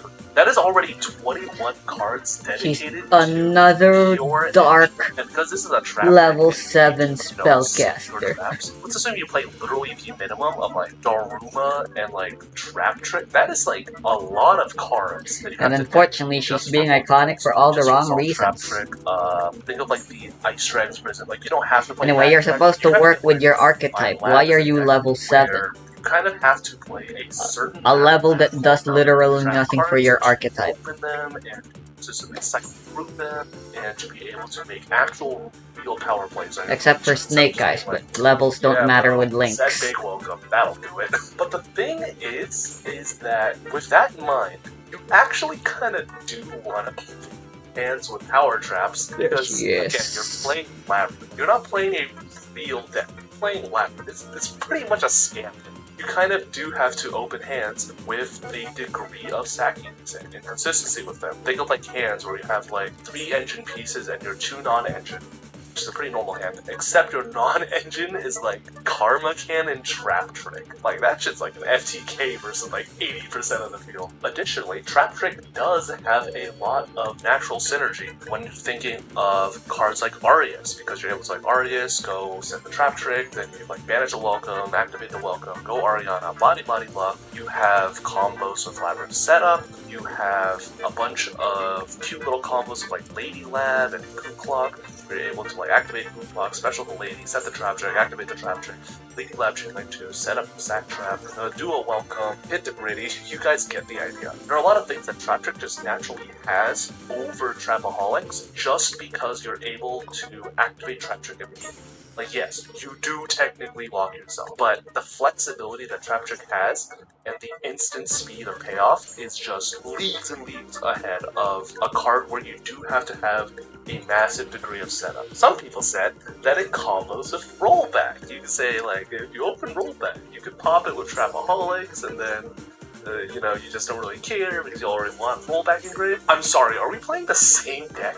Have you read that's the copium. furnitures? If you want to be a bad player like me, you can play Ariane because she's cool. She's with the times. Ariane pitch rollback is like an FTK. You could pitch it off of Muckracker. There are a lot of just objectively better ways to get rollback out of it. Like, come on, we're playing left. We're not playing Ryzeal. I think even Ryzeal can get rid of that shit. Go like ice pitch it. Go no discard rollback. That plasma ball is about to go crazy. And again, we're coming back to this general idea of, you know, it's Labyrinth. You can get 3 trap cards engraved pretty easily. I mean, you're playing a trap deck. How hard could it be? Well, it turns out it's actually pretty fucking hard. If you try and use Trapaholics turn 1 in like a traditional Labyrinth list, it is kind of hard to set up your graveyard in a way, turn 1 or even turn 0, without having to just resort to some fucking Hail Mary football throws across the field.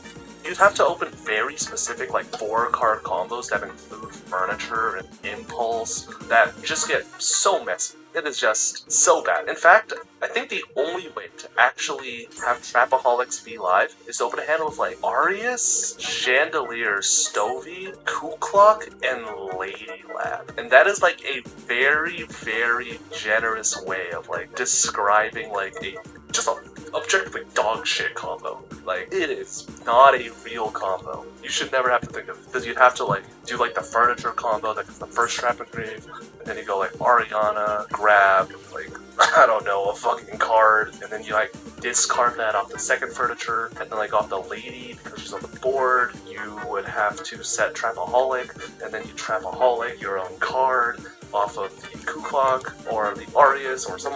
It's horrible. Just don't think about it. It is very, very difficult to do turn 1. Now, let's not talk about Paleo Lab. This is a very, very different beast. This deck is not even fucking Labyrinth. This is just fucking bro. Here's a bunch of trap cards and like Lovely and Lady fall out. And again, a billion people and their moms are saying, oh, just activate like Pot of Extract and then Trapaholic, send it away. Activate your Welcome Lab and then Trapaholic, send it away. It's just like Forbidden Droplet. The difference is that this card is actually good. Like, you get the immediate payoff of Droplet and just fucking blowing out your opponent's board. Trapaholic doesn't actually, like, you still have to fucking wait a turn to use Trapaholics. I hope you guys understand this fact. Like, just because Trapaholics can dodge Desiree or dodge the Imperv column doesn't automatically mean that this card is gonna be the fucking beast. You know what I'm saying? And some people are just saying, it's crazy, bro. This card is crazy. Just go crazy with it. It's so good. I'm not denying that this is a powerful effect. I don't think I have to fucking explain to the general Yu-Gi-Oh population that, yeah, fuck it. Set any trap you want from your deck that you use this turn is a good effect. It is a very good effect. But, as our favorite white boy once said, It's just a little too slow. Again, Lab is not a very good deck. I don't care what he says on Twitter. Do not believe his lies. Lab is kind of like Fire King if it was bad. It's like Fire King if Fire King had like no redeeming features. Lab functionally is just a It's not even a good analogy. Just say it's bad. And a bunch of Why compare it to a bad deck to a good deck? of this deck currently and its ability to survive is to just try and do objectively unfair things. Like think of like furniture combos of like Chandra Cock and like a discard. Think of like Arius Pitch, like a Daruma Cannon, just like fucking say bye bye to Ryziel. Think of like a furniture pitching backjack and then backjack and then like trap trick and then fucking shit your pants. Think of like Dominus Impulse and like furniture pitch a trap card so that the Impulse can destroy on like turn 1. It's bananas. This deck is sort of unfortunately in a position currently where it's only allowed to do unfair, super broken things in order for it to stay relevant as a trap deck. And unfortunately, that does mean you have to play a lot of cards that do just kind of function on your opponent's turn and just do a bunch of unfair bullshit. And unfortunately, I didn't mean to put it just there. does not fall into that line. I don't know why I didn't show this slide earlier. I'll be real, I think I forgot I made this. So just overall, Trapaholic doesn't really solve any issues that Labyrinth has in its ability to, really like go second. It doesn't really offer any real playmaking potential that Trap Trick doesn't offer, like we highlighted earlier. It's too slow and way too reliant on other cards and Giga follow-up, and at that point, you might as well just be doing good combos that don't require you to have 3 traps in your hand. It's only useful as a follow-up card, which, Labyrinth setup just does better, and it's not even a Labyrinth card by name, which triple sucks. Anyways, thanks for watching. I sent this video to Kieran at what time is it? 3 a.m. My god. Everyone say thank you, Kieran. Let me know what your thoughts are in regards to Trapaholics. Let me know what your opinions are on the movie Superbad. I thought that movie was pretty good. And yeah, that's gonna be it for me. Goodbye forever.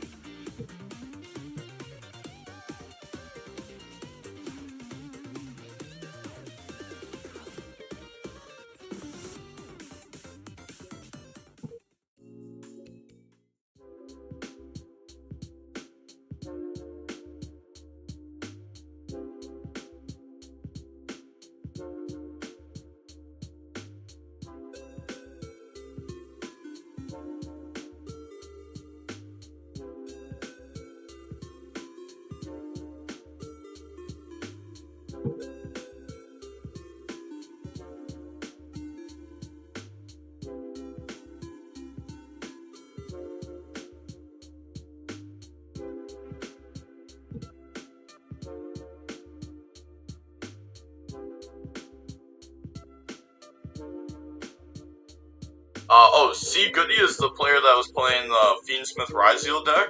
So they're going to start by activate Tract, add Lurie, discard Lurie, Lurie effect, special summon itself out, and then use Lurie to go into Requiem, and then Requiem effect, chain Fua, and then they have Ash to go ahead and stop that. Yeah, you definitely just Ash that. Go ahead, bring out Lacrima. I mean, technically you don't have to, but Fua, going first is, pretty weird right now. There's a lot of times where you drop Fua going first and your opponent's just playing Malice and they just, push you down and end the game anyways through it. So they're going to bring out Lacrima effect, go ahead, dump Engraver, normal summon out Fua, make Duo Drive, and then now we're going to go Duo Drive effect, go ahead, search out X Ryziel, and search out Ryziel Cross. One good thing about playing against Malice is they don't play very many hand traps to stop Duo Drive, so your Duo does get to resolve a lot. Then they're going to go Engraver, put back Lurie to special summon itself out. They said that is fine there. Okay, so bring that out. Kind of sucks too that we already went through Track, because we can't go Necro Equip to draw or anything like that. So now we're just considering the next play. We only have 3 Fiends in rotation, but we could discard this to put another one in rotation. Keep Lacrima and set up a Desiree on board play. Maybe that's what they're thinking. They're going to go activate Engraver, go ahead, search, grab out Fiendsmith and Paradise. That sounds crazy, so take your time, homie. I don't know how others are, but we don't mind taking your time. The thanks, King. Yeah, you say that, so the Iron Man lasts 5 hours. Then they're gonna go sequence effect, chain them calls. Yeah, I mean, especially after they search Paradise, but I mean, it's not like things are gonna change that much. Like, they were gonna summon this. I don't know, maybe they should have just searched Track. Maybe they should have summoned Engraver. Maybe they should have just played Ryzeal at that point. Just, like, completely cut off the Fiendsmith cards. Like, you don't even need them. Dump Duo, Special X, activate Cross, Cross effect, put back and draw, and then that'll draw into Imperm, set double Imperm, pass. They probably think one is Paradise that they had set. They draw Imperm, and then go main phase, normal Dormouse effect, chain Imperm, and then link off, make Lingeribo, activate backup, special summon out, and then backup effect goes search, grab out Wizard, and then go ahead and discard the backup, link off, to make Blizzard Dose. Blizzard Dose, banish Dormouse. Okay, Dormouse effect, pay 300, special summon out, and then nothing on resolution. Go ahead, make the Red Ransom effect. Maybe we could have also set Imperm to bluff them. That we have like a Mouse Trap. They're gonna Imperm Red Ransom, special out Wizard from hand, and now we know the last card in hand's Paradise. 0 interruptions left. So special Wizard, special Dormouse. Link off, bring out Whitebinder effect, banish Red Ransom, and then both Engraver. No point of trying to hit Lacrima or Requiem because they'll just chain. So it's not like, well, it's not like no point because then it puts the body on board that you could beat over. But banishing both Engraver there, very solid. Then banish the Red Ransom effect, pay, special summon out, and then go ahead banish White Rabbit effect, pay, special summon out, and then White Rabbit effect to go set GWC from deck. Isn't that a column that they used Imperman? I guess. We're just not going to use GWC this turn. Activate access code to gang attack. I'm pretty sure that was a column that they used Imperman. Access code, banish pop X, access code, banish pop sequence, Whitebinder, pay to special summon out, and then draw on the nib. End of main, they're going to go ahead and activate Lacrima effect, bring out Requiem, and then they have Requiem effect to tribute, and then bring out the Lacrima effect, dump the Engraver, sure, and then just battle phase, attack over, and then attack, and it is not game, because they did not resolve Dormouse effect. Now they're going to use GWC, and yeah, I'm pretty certain that that was Imperm column, and we didn't dodge Imperm, right? That was the Imperm for Red Ransom used right here. And both of these already used their effect. So who knows, maybe this was still a winnable game for C. Goody. Feels like that game was not played very well. But on to the next game, we'll see C. Goody go first. We have Fua, Perulia, Field Spell, Backup, and Druis. They have Imperm, 7 Tachyon, Ash, Node, and Paradise.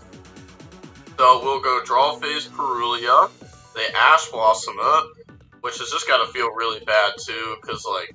Wait, are they playing the higher level fusion? Go ahead, grab out Extra Ryzeal, but I mean... Why would they change it this like way? you have to, like, stop the Perulia, otherwise you end up Is it losing. even worth going into it at this moment? It's to the bottom of the deck, so they're going to return it to the top of the deck now, the Paradise.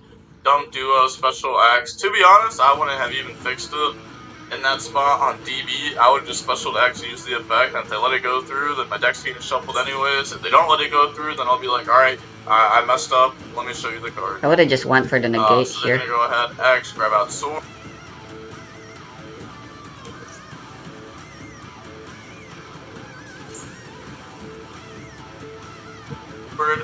And then special summon out Sword effect goes Surge, grab out Ice Ryzeal, and then on Resolution we're going to drop Fua on them. And now they can overlay to make the Duo Drive. Okay, decides to make Duo, they draw White Rabbit, Duo Drive effect to attach, Duo Drive effect to detach and go Search, grab out Ryzeal Cross, and then grab out X Ryzeal from the deck to the hand, and then activate Ryzeal Cross, special out Node, and then Node effect send Ice from hand, the special back out Sword from the graveyard, And then anything on resolution here? Would you like to activate Druid Swarm? No. They're going to go ahead and make Detonator. We draw Imperm, Detonator, effect 2 attach. And then in response, chain Druid Swarm. Normal hoping that they effect failure. cross-negate it. Because if they cross-negate it, then we get to keep our Imperm alive. I'm not sure why we To would Druid synchro Swarm here, into to be honest. I feel Diabell. like it's a pretty That's bad Druid actually Swarm. amazing. If they just let it go. Yeah, I was gonna say, if they just let it go, it doesn't feel very good. It feels like we're hoping that they negate it, but they just don't negate it there. And then they just go ahead, set Imperm, House. I know it's not hard to, like, crack this We can now, take advantage of the but material that is Kiki Nagashi no I Fuko here. don't know if I... Or just Kiki Nagashi Fuko, I don't know, I keep We're gonna adding go the main no. phase, end of main, battle, attack into the duo drive, and then Jerusalem effect out, detonator, cross to negate, and now we're gonna imperm detonator. I guess, let me think, I guess it's fine to do it like this actually, because like, Do I know what force that could cross, potentially be? and then you imperm detonator, and then we just play it main phase 2. So like, instead of trying to play it main phase 1 and go for game, we can just set up. Actually, I think I'm fine with this, because like, realistically, we don't need to end the game. If we can set up, we should be able to win. And this should give us like the highest chance of setting up is Druid Swarming and then Imperming. Yeah, I think that gives us the highest chance of like combo resolving. With the lowest chance of ending the game, because we're in main phase 2, so it's never happening. But we get a good chance to set up. So Field Spell and the Dormouse effect, they Imperm it. And then normal out, White Rabbit effect, set GWC, Link off, bring out Lizard Dose effect. I'm pretty sure they know the card in hand too. Yeah, I'm pretty sure that was searched off of the duo. Then they're gonna go activate White Rabbit, special summon itself out, Link off, go into Red Ransom effect goes search, grab out Field Spell from the deck to the hand, so maybe side it out the Quick Play spell, or maybe they don't play it, summon out backup effect. Oh my god, why did I get rid of my dragon? Sequence last game. GG's. Next, Prophecy 2 Wiz. Yeah, we thought you had sword on that play. Okay, so now we will go ahead and see Inspire Tyler versus Prophecy Wiz. And we'll go ahead and see Inspire Tyler decide to go first. 40 versus 40. Gotta love to see it. Opening hands, we have Dominus Impulse, Gold Sark, GWC, Field Spell, Imperm. They have Imperm, Daruma Cannon, Big Welcome, Stovey, and Butler. Okay, so they're gonna go activate Gold Sark, banish Dormouse effect, pay 300 to special summon itself out. Activate Dormouse effect, but they said thinking on summon. So on summon, they're gonna go activate Butler, set Daruma Cannon, activate Daruma Cannon, and they said, uh-oh, big thing. Yeah, it just sucks because, like, you can't imperm it, because in their next play is Lingaribo, and then if they can play next to it, then Lingaribo just, like, beats their Daruma Cannon until they at least get a Link 3, but you don't want them to have a Link 3. Like, this deck gets hurt so much by Lingaribo just being in the meta. So now they're gonna go activate Field Spell, and then Field Spell, go ahead, banish White Rabbit, pay 300 to special. Like I said it before, this deck's crazy to bring in a format with Ash, Dominus Impulse, and Lingaribo, like, all in the best deck. So now they're gonna go White Rabbit effect to go set, and then that will set the TB11 deck, okay, and then set GWC from hand, activate TB11, tag out, bring out Chessy Cat, and then GWC. That feels weird. I don't know why we did it like this. This could have just been done better, right? Instead of doing it like this, maybe instead of setting TB, you set MTP. And then, I guess that doesn't even work, right? Because you go, that sucks. MTP, manage this, search March here, this doesn't summon itself back, you don't get the bodies anyways. Yeah, okay. No, that's fair. Go ahead, Link off, bring out Splash Mage effect, chain Imperm, and then set Impulse, set Imperm. During end phase, Stovey discard itself plus Big Welcome, they go set Welcome, and then pass, they draw Trap Trick, and then whenever they activate Welcome, we just Impulse that, of course. Yeah, go ahead, try to keep them on nothing. They're gonna go Butler to summon out. Sure. They have the Big Welcome, bounce back, they have Stovey to re-summon and then use the effect to set. So they're gonna go battle phase, and then they're gonna beat over Splash Mage. Okay, main phase 2. Activate Butler effect, reset Trap Trick. Well, not reset Trap Trick, but set Trap Trick from hand, and then Trap Trick to go ahead set Big Welcome. And then we are able to go ahead and activate Big Welcome. Bring out the Ariana, bounce back Ariana, new Chain Link, Stovey effect to special summon itself out. And then normal Ariana effect, chain imperm onto it to shut it down. But the opponent should have had like a decent read to those imperm. Because he wouldn't sell like another impulse there. It could have been like a Metal Tronus or something. They draw Talons, and now during standby phase, thinking. But all they have is... Well, I guess they may as well just do it now, huh? Just Big Welcome, bounce back Stovey, and hope they Ariana draw into something to stop Dormouse effect. So, Big Welcome, bounce the Stovey to hand, new Chain Link, Ariana 1, Welcome 2, set Welcome, draw Imperm that they cannot use, and then main phase, flip Dormouse effect. I don't know, it feels like last turn, like, there's just no way we play into Imperm that hard, right? I don't know, it's so tough. But I feel like, I don't know, that did not feel great.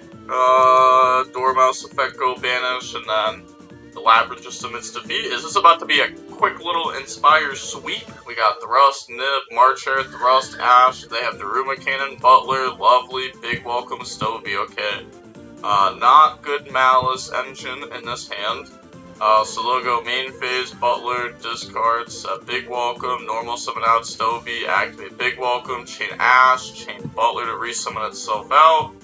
And then from there, set Daruma Cannon from hand, end phase, Stovey to go ahead, set Big Welcome, and then pass, they draw Fua, and yeah, we do not have a very strong hand here, but we'll go main phase, and then just normal summon out Marcher, try to make them activate a trap card before we are able to make Lingery Bow, so just try to bait them here.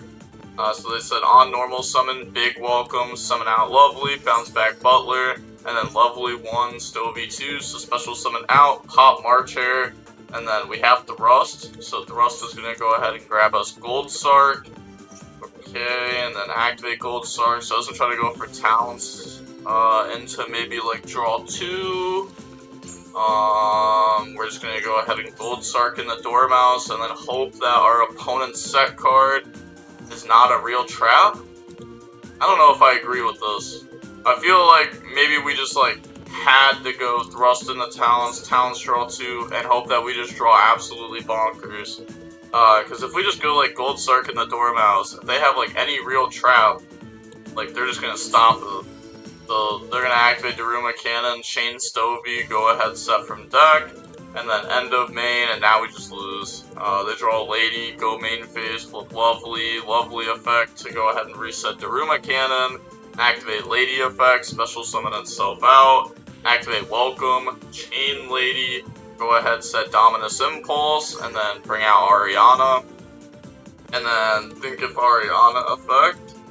They said no effect of it there, okay, because they're just going to go battle phase, Ariana, beat over Dormouse, 29 direct, and then they have Big Welcome to banish, bounce back Lady, and then new chain link, Lovely 1, Ariana 2, Stovey 3, so special, draw 1, draw Shavara, then special Lady from hand, pop Fua out of their hand, and then Lady attack direct, main phase 2, they're going to go activate Shavara to pop Stovey and special summon out. Yeah, now they're thinking, I was going to say, because Nib is looking pretty decent now. So they're going to go ahead, out everything, pass over the token. Yeah, that is kind of tough. They didn't even get to, like, get Yama in rotation or anything, which is always nice. They didn't get any of that. Draw Dominus Impulse, and then they just switch Nib to defense. Set Dominus Impulse, and then pass. They draw Trap Trick. Yeah, and all they have is, like, trap card set, not, like, engine trap card set. So now, this is, like, a pretty weird game state. Go ahead, beat over Nib. But them just having, like, trap cards is really good. And then draw Fua. So just set Fua, pass, And then during end phase, trap tricks. I just needed to see the card that says I lose. I mean, they still had impulse, right? You could just impulse whatever trap they went for, like if it's engine trap. Now we have Harpies, Malice and Underground, Ash Blossom, Gold Sark, Dominus Impulse. They have Backjack, Imperm, Lady, Dominus Impulse, and Baylor. So a lot of hand traps on this side. We're gonna go activate Gold Sark, banish, Dormouse effect, pay 300, special summon out. And then nothing on summon, Dormouse effect, chain infinite impermanence, activate field spell. They said wait, thinking on res. Okay. They're gonna go ahead and activate field spell, chain lady to special summon out. So this should tell them that they probably have Dominus Impulse in hand, or it could be, I guess it could be like a Butler angle too. White Rabbit effect, chain Dominus Impulse, and then chain lady. Go ahead, set big welcome, because it's not like at that point you can play around impulse very much. You're still just gonna, you're just gonna banish and just go for it. Go for Lingeribo, and then end of main pass. They draw Butler, and then switch lady to attack. Yeah, battle phase. Go ahead, swing over, and then activate big welcome. Chain Ash Blossom. Main phase 2. Normal summon out. Backjack. Link off into Anima.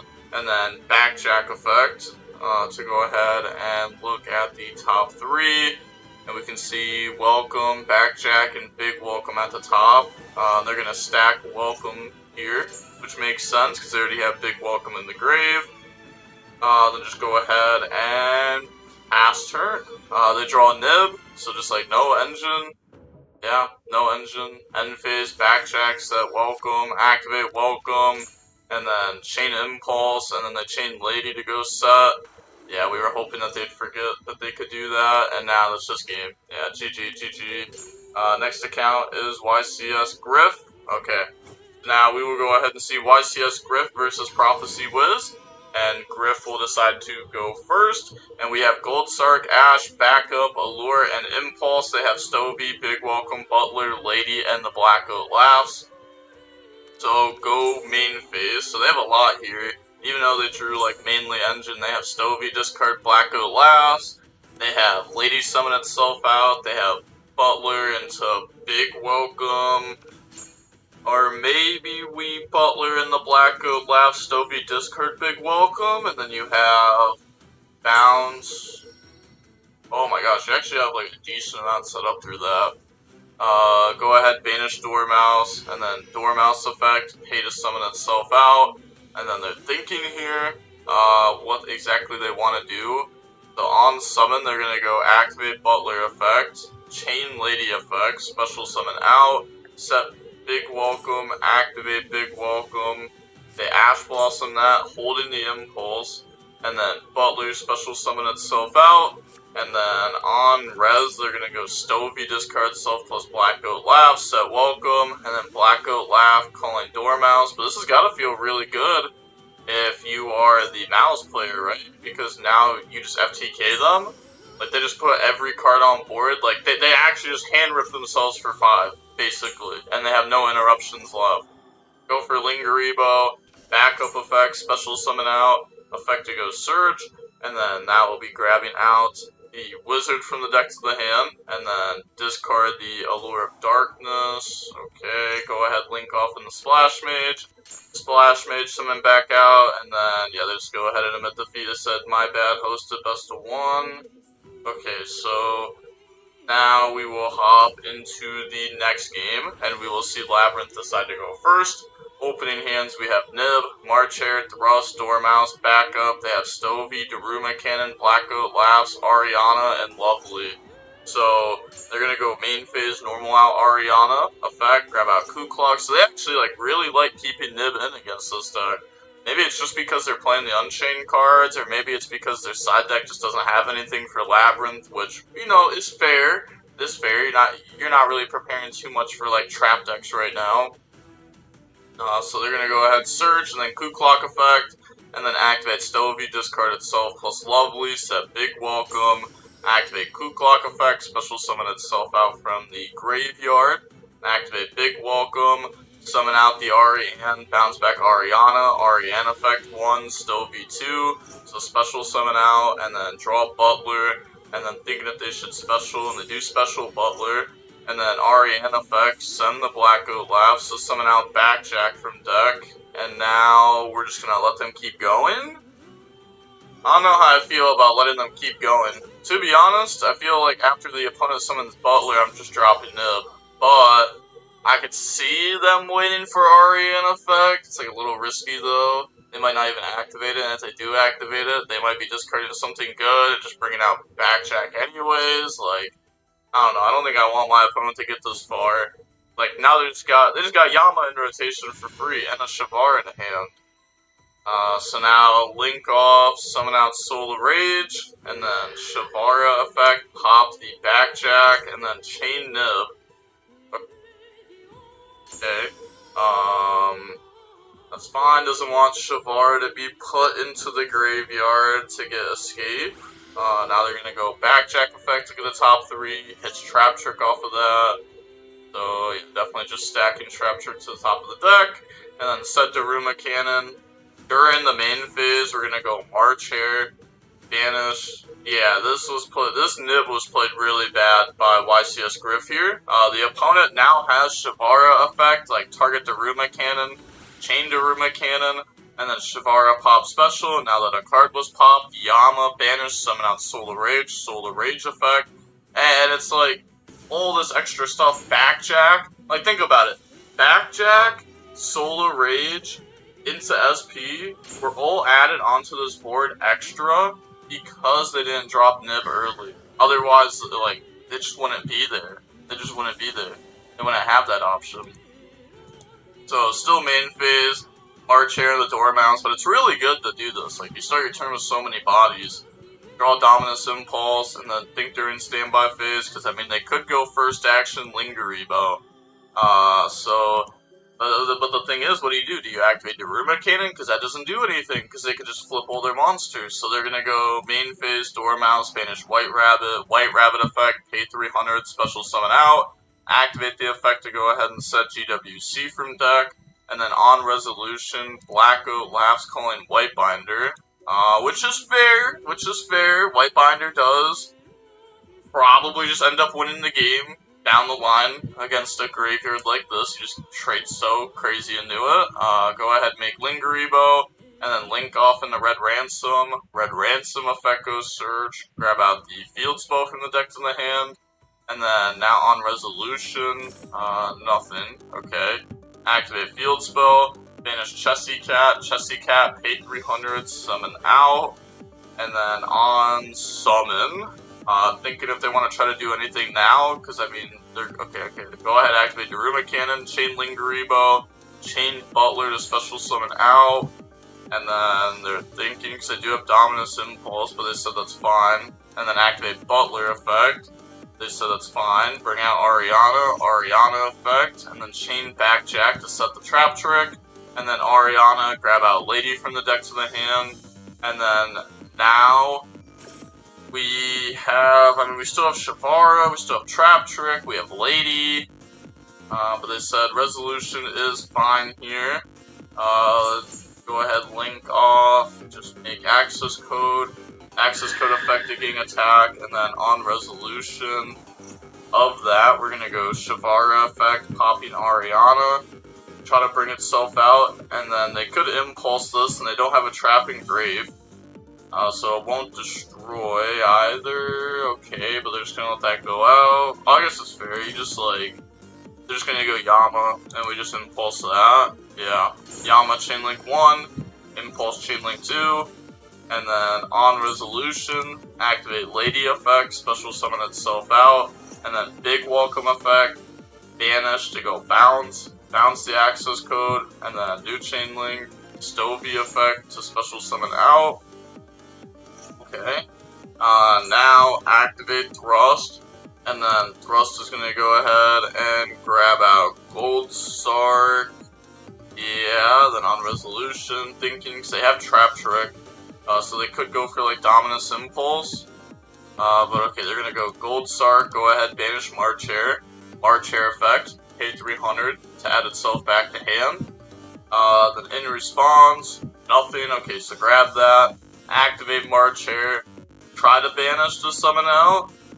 So summon, banish Red Ransom, pay 900, special summon itself out, and then banish Dormouse, pay 300, special summon out, and then on that summon, they can go ahead and activate Trap Trick, and this feels like a good Daruma cannon. I mean, just setting all these cards.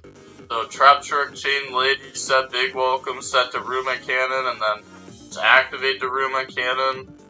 Yup, that's good. And then normal out, backup.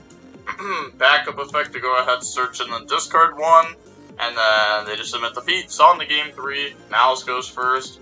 We have Imperm, Dormouse, Talons, Allure, March Hare. That's a pretty good hand. They have Butler, Blackout Laughs, Backjack, Trap Trick, and Dominus Impulse. So activate Allure, draw TB11, back up. Banish March Hare, effect, add itself back to hand. Okay, and now we have the set TB11, normal summon out Dormouse, and then on summon of the Dormouse, nothing. Dormouse, banish White Rabbit effect, pay 300 to special summon out. Chain Dominus Impulse, and then on resolution, Butler effect to go ahead set Trap Trick. And then Trap Trick in the Daruma Cannon, and then Daruma Cannon. Yeah, dude, this deck's unplayable, bro. Why are we trying to play this deck? There's no way. Like, we basically, like, Imperm Dormouse, and then now we have to spend a 2-card combo to Book of Moon the Dormouse. Otherwise, the Dormouse just turns into a negate for the Book of Moon. It's like, there's just no way we're playing Labyrinth right now in a $1,000 tournament. Like, I could see playing the deck for fun. Like, I think Labyrinth's a pretty fun deck with how it operates, but, like, dude, there's no way we're playing this deck for money against, like, it just feels like Malice beats it. There's gonna go Chain TB11, Chain Butler, so summon out Butler, we're gonna summon out March Hare, then all that gets booked. Sure. And then we have the Dormouse to pay 300 and special summon itself out. We have Talons to look at hand. Go ahead, rip the Backjack, and now we just win the game. Go ahead, make the Lingeribo. Sure, activate backup. Yeah, the game's just over. They just got FCK'd. Backup, grab out Wizard, discard Imperm, link off in the Splash Mage effect, special back out Dormouse. I wonder how many Charmies they play, or if they don't play any. I feel like maybe they need Charmies. I feel like Charmies work in good combination with some of these engine cards that they're doing, like Butler, Daruma Cannon. They're gonna go ahead and make Red Ransom effect, grab out Field Spell, activate Field Spell, banish Chessy Cat, pay 300, special summon itself out, and then they're thinking if they want a Chessy Cat draw, maybe. Okay, activate Wizard, special summon out itself, plus the Dormouse. Sure. Link all those off in the White Binder, and then White Binder effect to go banish. Banishing Red Ransom, Impulse, and Daruma Cannon. And then activate Red Ransom effect. I'm surprised it didn't banish Trap Trick over Impulse. Okay, go ahead, summon out. And then banish the Chessy Cat. White Binder, set GWC. Then link off into Cryptor. Sure, Cryptor effect, put back, banish. Like, I'm sure that there was a way to probably do this better, but I think this is fine. I mean, maybe there wasn't even a way, but maybe you could have, like, Cyber's Wicked Search. It doesn't even matter. You know that you win the game. I was gonna say, yeah, summon out, draw, make a Code Talker. You have a Code Talker to negate whatever the top deck is. You have White Binder, Cryptor, Red Ransom, Infinite Follow-Up. You just can't lose. You can't lose these game states, like, ever. Good luck in the rest. GG. Alright, so we see Team Inspire moving on, and we see Prophecy Wiz and G Goody knocked out of the tournament. They are, I think they're the second people knocked out of the tournament, or maybe the third. I don't even know. Oh no, it was the second. Because the first one was Goo Gaming knocked out of the tournament. But that is going to be it for the video. And with that being said, the DB Grinder signing off. Peace. Have a nice day. Stay safe.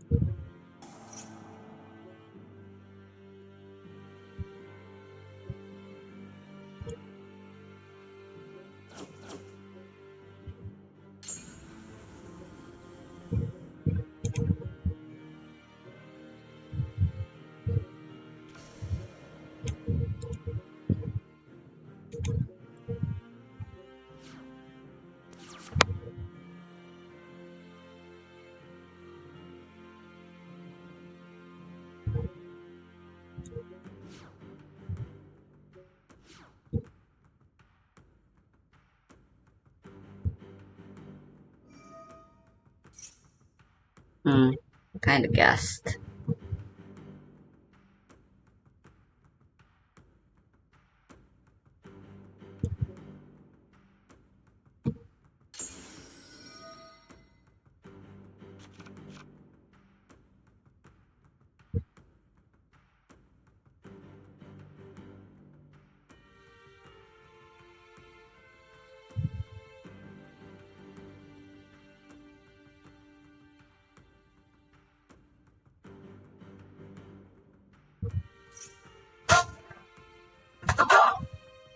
Pre-order bonuses are the absolute worst. They're expensive. Publishers make promises they can't keep, content gets cut from games and sold back to players at a higher price, and games get abandoned in early access, leaving players with unfinished, buggy messes. Where did all the really cool pre-order bonuses go? Free football for pre-ordering Assassin's Creed 4 at Best Buy. This is garbage. This is unacceptable. No pre-orders. No! Pre-orders! But things weren't always like this. There was a time when pre-orders came with cool collectibles and real rewards. A time when games came on physical discs, and if you wanted to buy one, you had to lace up your sneakers and go to the store. Welcome to EV Games. In this bygone era, selling video games was a much riskier venture for publishers. There was no reliable way to track online interest or public discourse, and until a game actually released, it could feel uncertain whether or not it was going to perform. To help gauge early on how much interest there was in the game, retailers and publishers would collaborate to let players, quote, pre-order their games, reserving a copy for release date and ensuring there would be enough stock when the player got to the store. To help sweeten the deal, retailers started throwing in bonus rewards to help sell more copies. Super Mario Bros. 3, released in 1988, is one of the earliest examples. To drum up hype for the game, retailers would offer free stickers and posters and bundle them with all pre-orders. Toys R Us even threw in a free copy of Nintendo Power, which is an old gaming magazine for those too young to remember. These early campaigns were incredibly effective, and Super Mario Bros. 3 received more than 250,000 pre-orders worldwide. With the concept proven, publishers started taking the reins when it came to pre-order campaigns.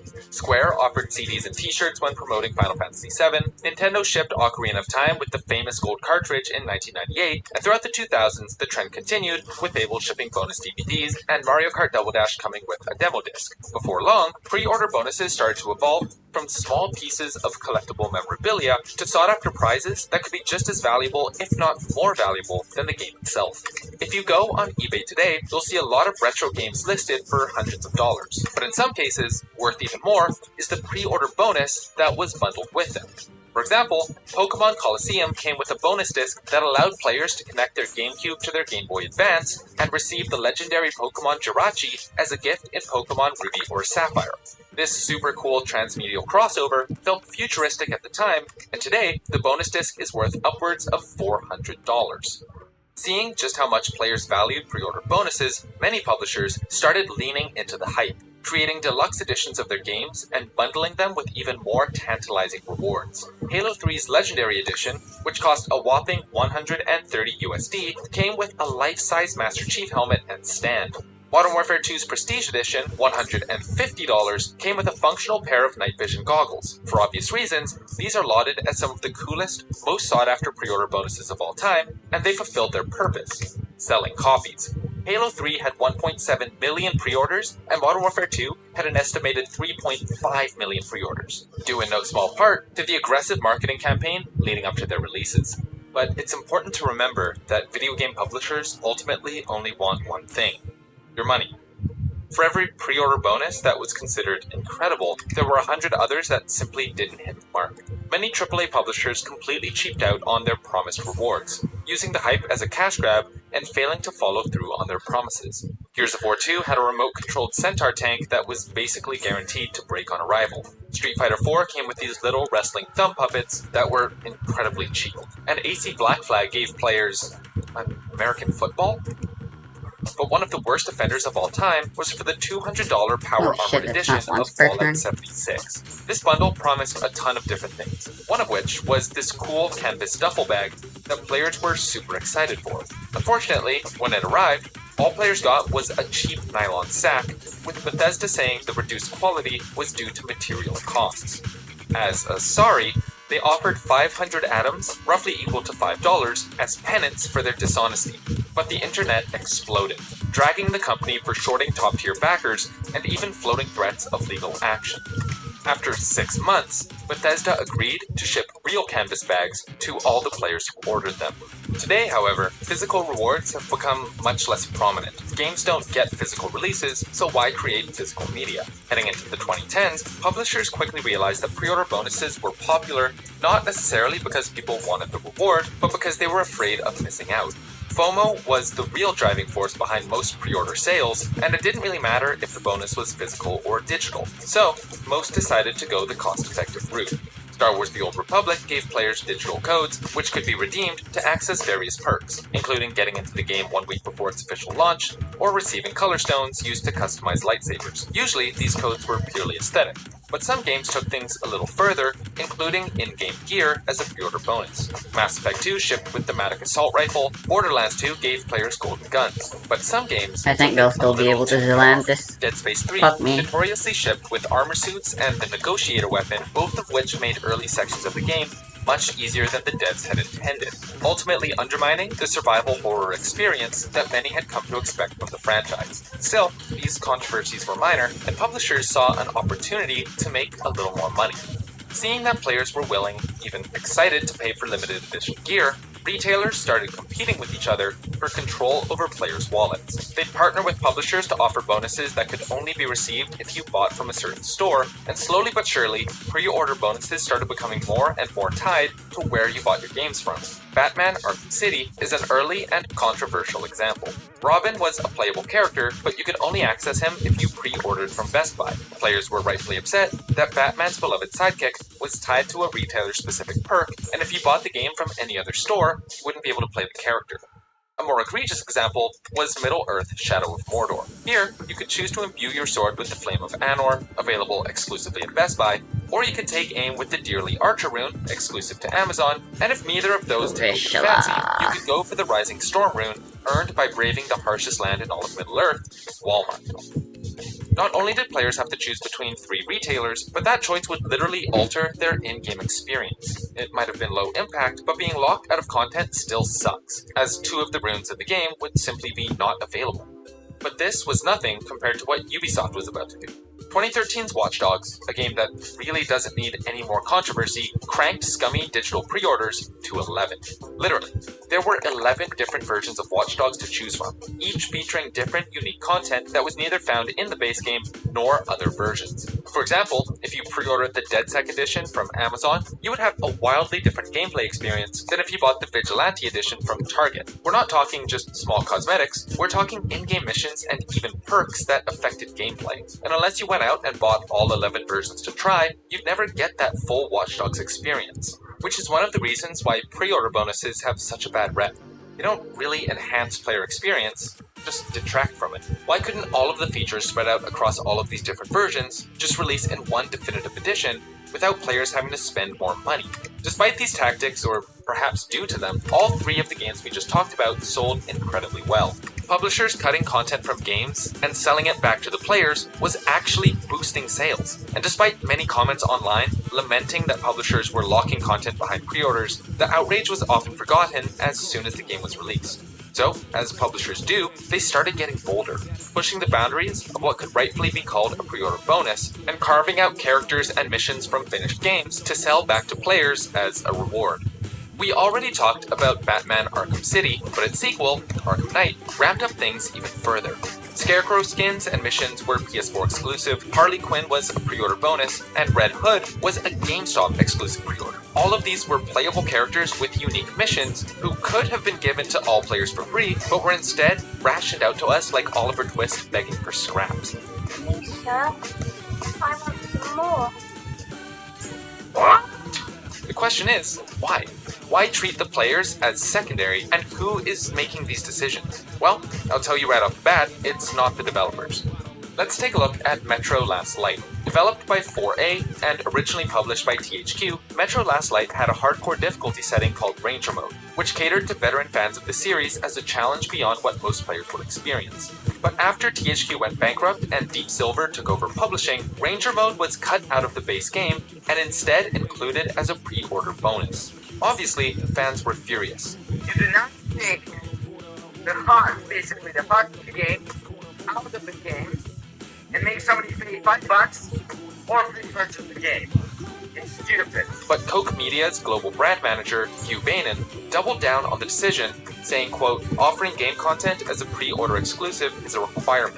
Ranger Mode seemed like the best choice since it was a mode for hardcore fans who would most likely pre-order the game. Let that sink in.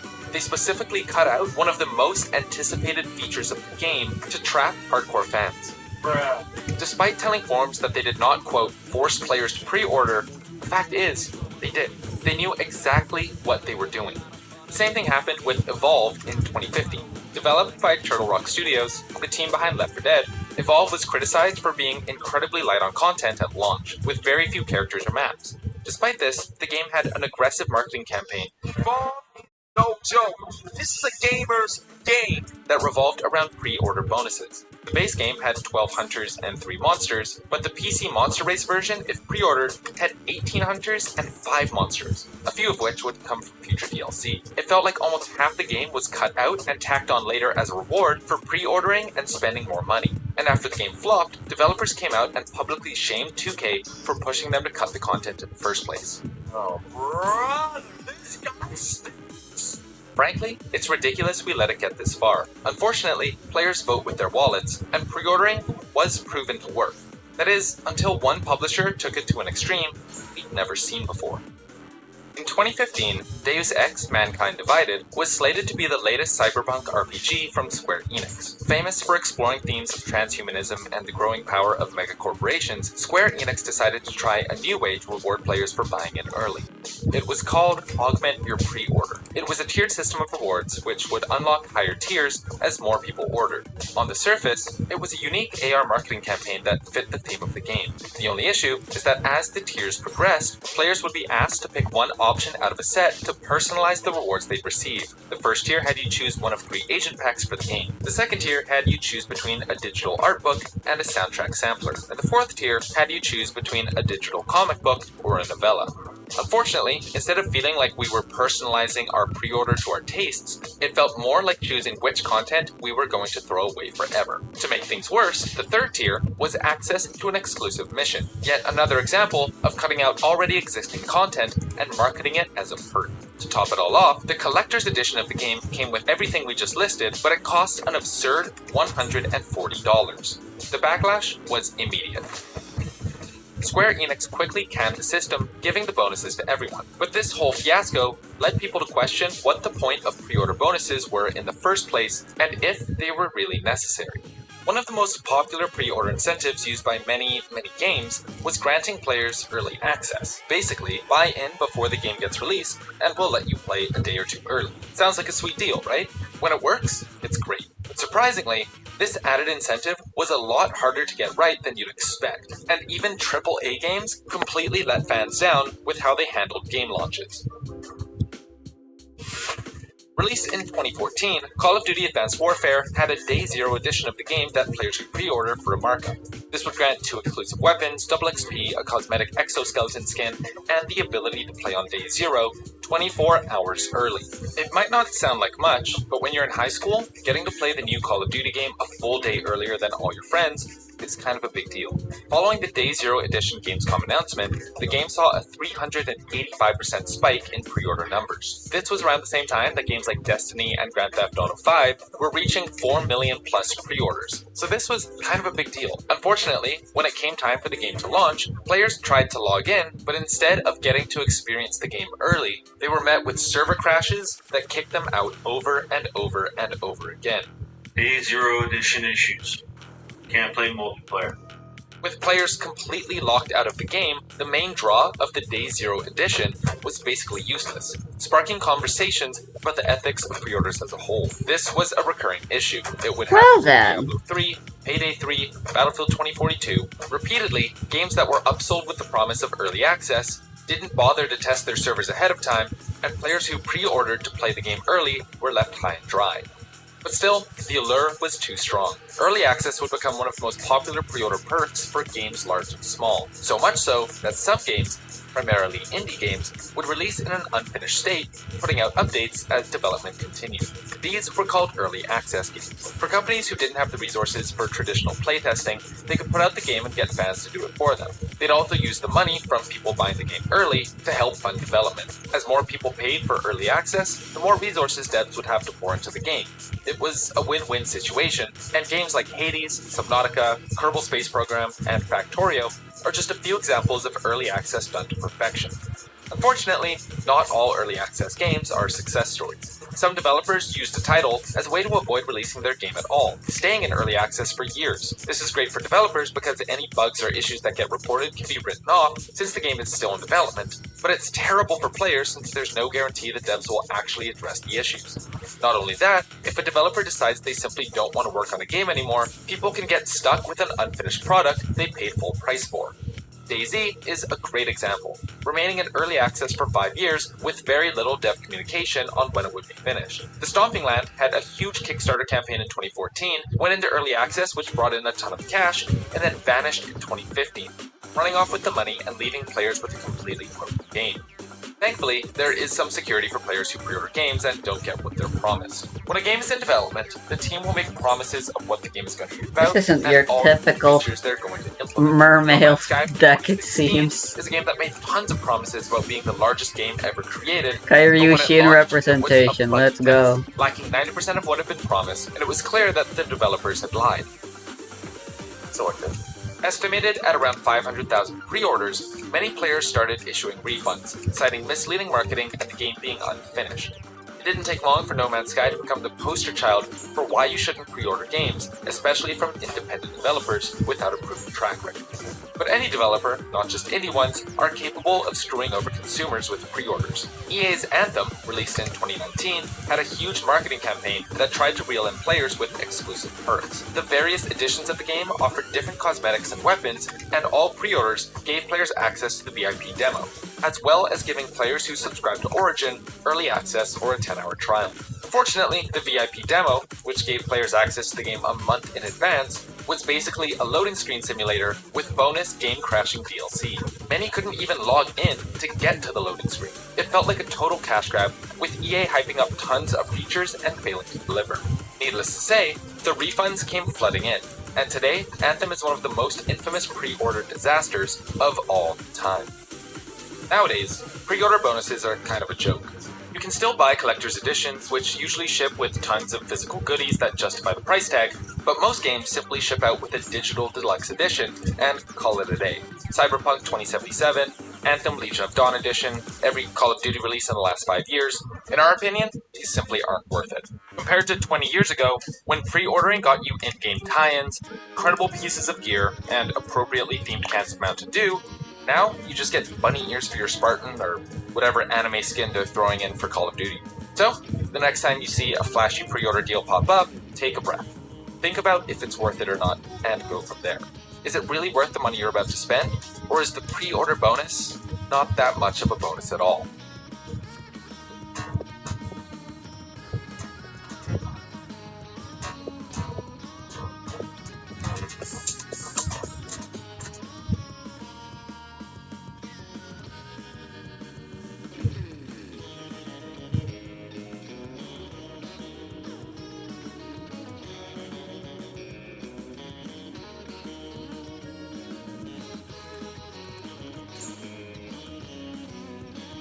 Draw and lock.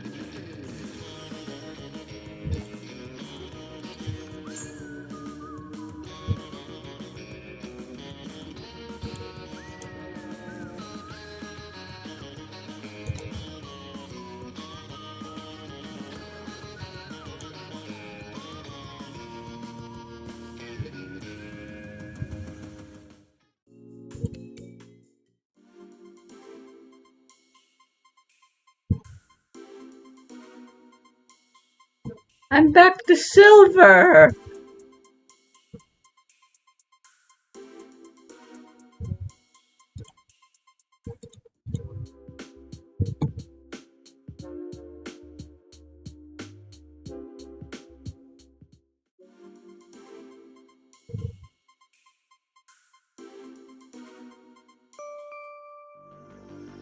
The process of creating art is a synthesis of inspiration and intention, in constant conversation with its influences, and Yu-Gi-Oh! Cards are no exception. Throughout the game, you'll find cards based on television shows, literature, video games, even stage performances. As many forms of media as exist under the sun, and movies are no exception. For this list, we're going to be looking at some of the cards that are just references to movies. Scrabbling, biting, and clawing its way to start its list at number 10 is the Normal Trap Survival of the Fittest. First released as a 2013 common in the set Shadow Specters, this card might have seen no competitive play, but it has definitely seen some movies. Part of a small series of dinosaur-related traps, including 2006 Survival Instinct and 2017 Survival End, Survival of the Fittest lets you target one dino monster you control, equip it, providing a 1000 attack boost, and allowing the attached monster to immediately re-declare battle after destroying a monster.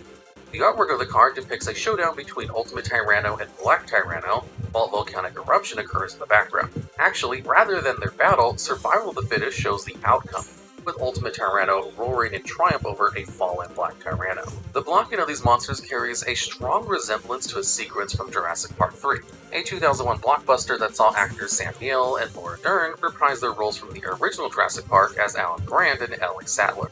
Though Jurassic Park 3 did not achieve the same success as the original movie, it did garner significant infamy for a broadly despised dino fight scene featuring movie 3 baddie, the Spinosaurus, versus the original dino that made Jurassic Park so famous, the T-Rex. The fight itself is short, with the Spinosaurus using its prehensile arms to swiftly snap the neck of the T-Rex to the great disappointment of many. At the end of the conflict, the Spinosaurus stands over its vanquished enemy, going as far as placing its feet on the dead T-Rex head, while it croons its domination in a fearsome roar. The card art for Survival of the Fittest doesn't perfectly mimic the posture of Jurassic Park 3's low-diff Spinosaurus/T-Rex deathmatch, but the events are similar enough that this card can qualify as a movie reference. However, it does get minus some points for plausible deniability, and as a result lands at the bottom of this list. And swooping down to heroically pose at number 9 is Elemental Hero Bubbleman.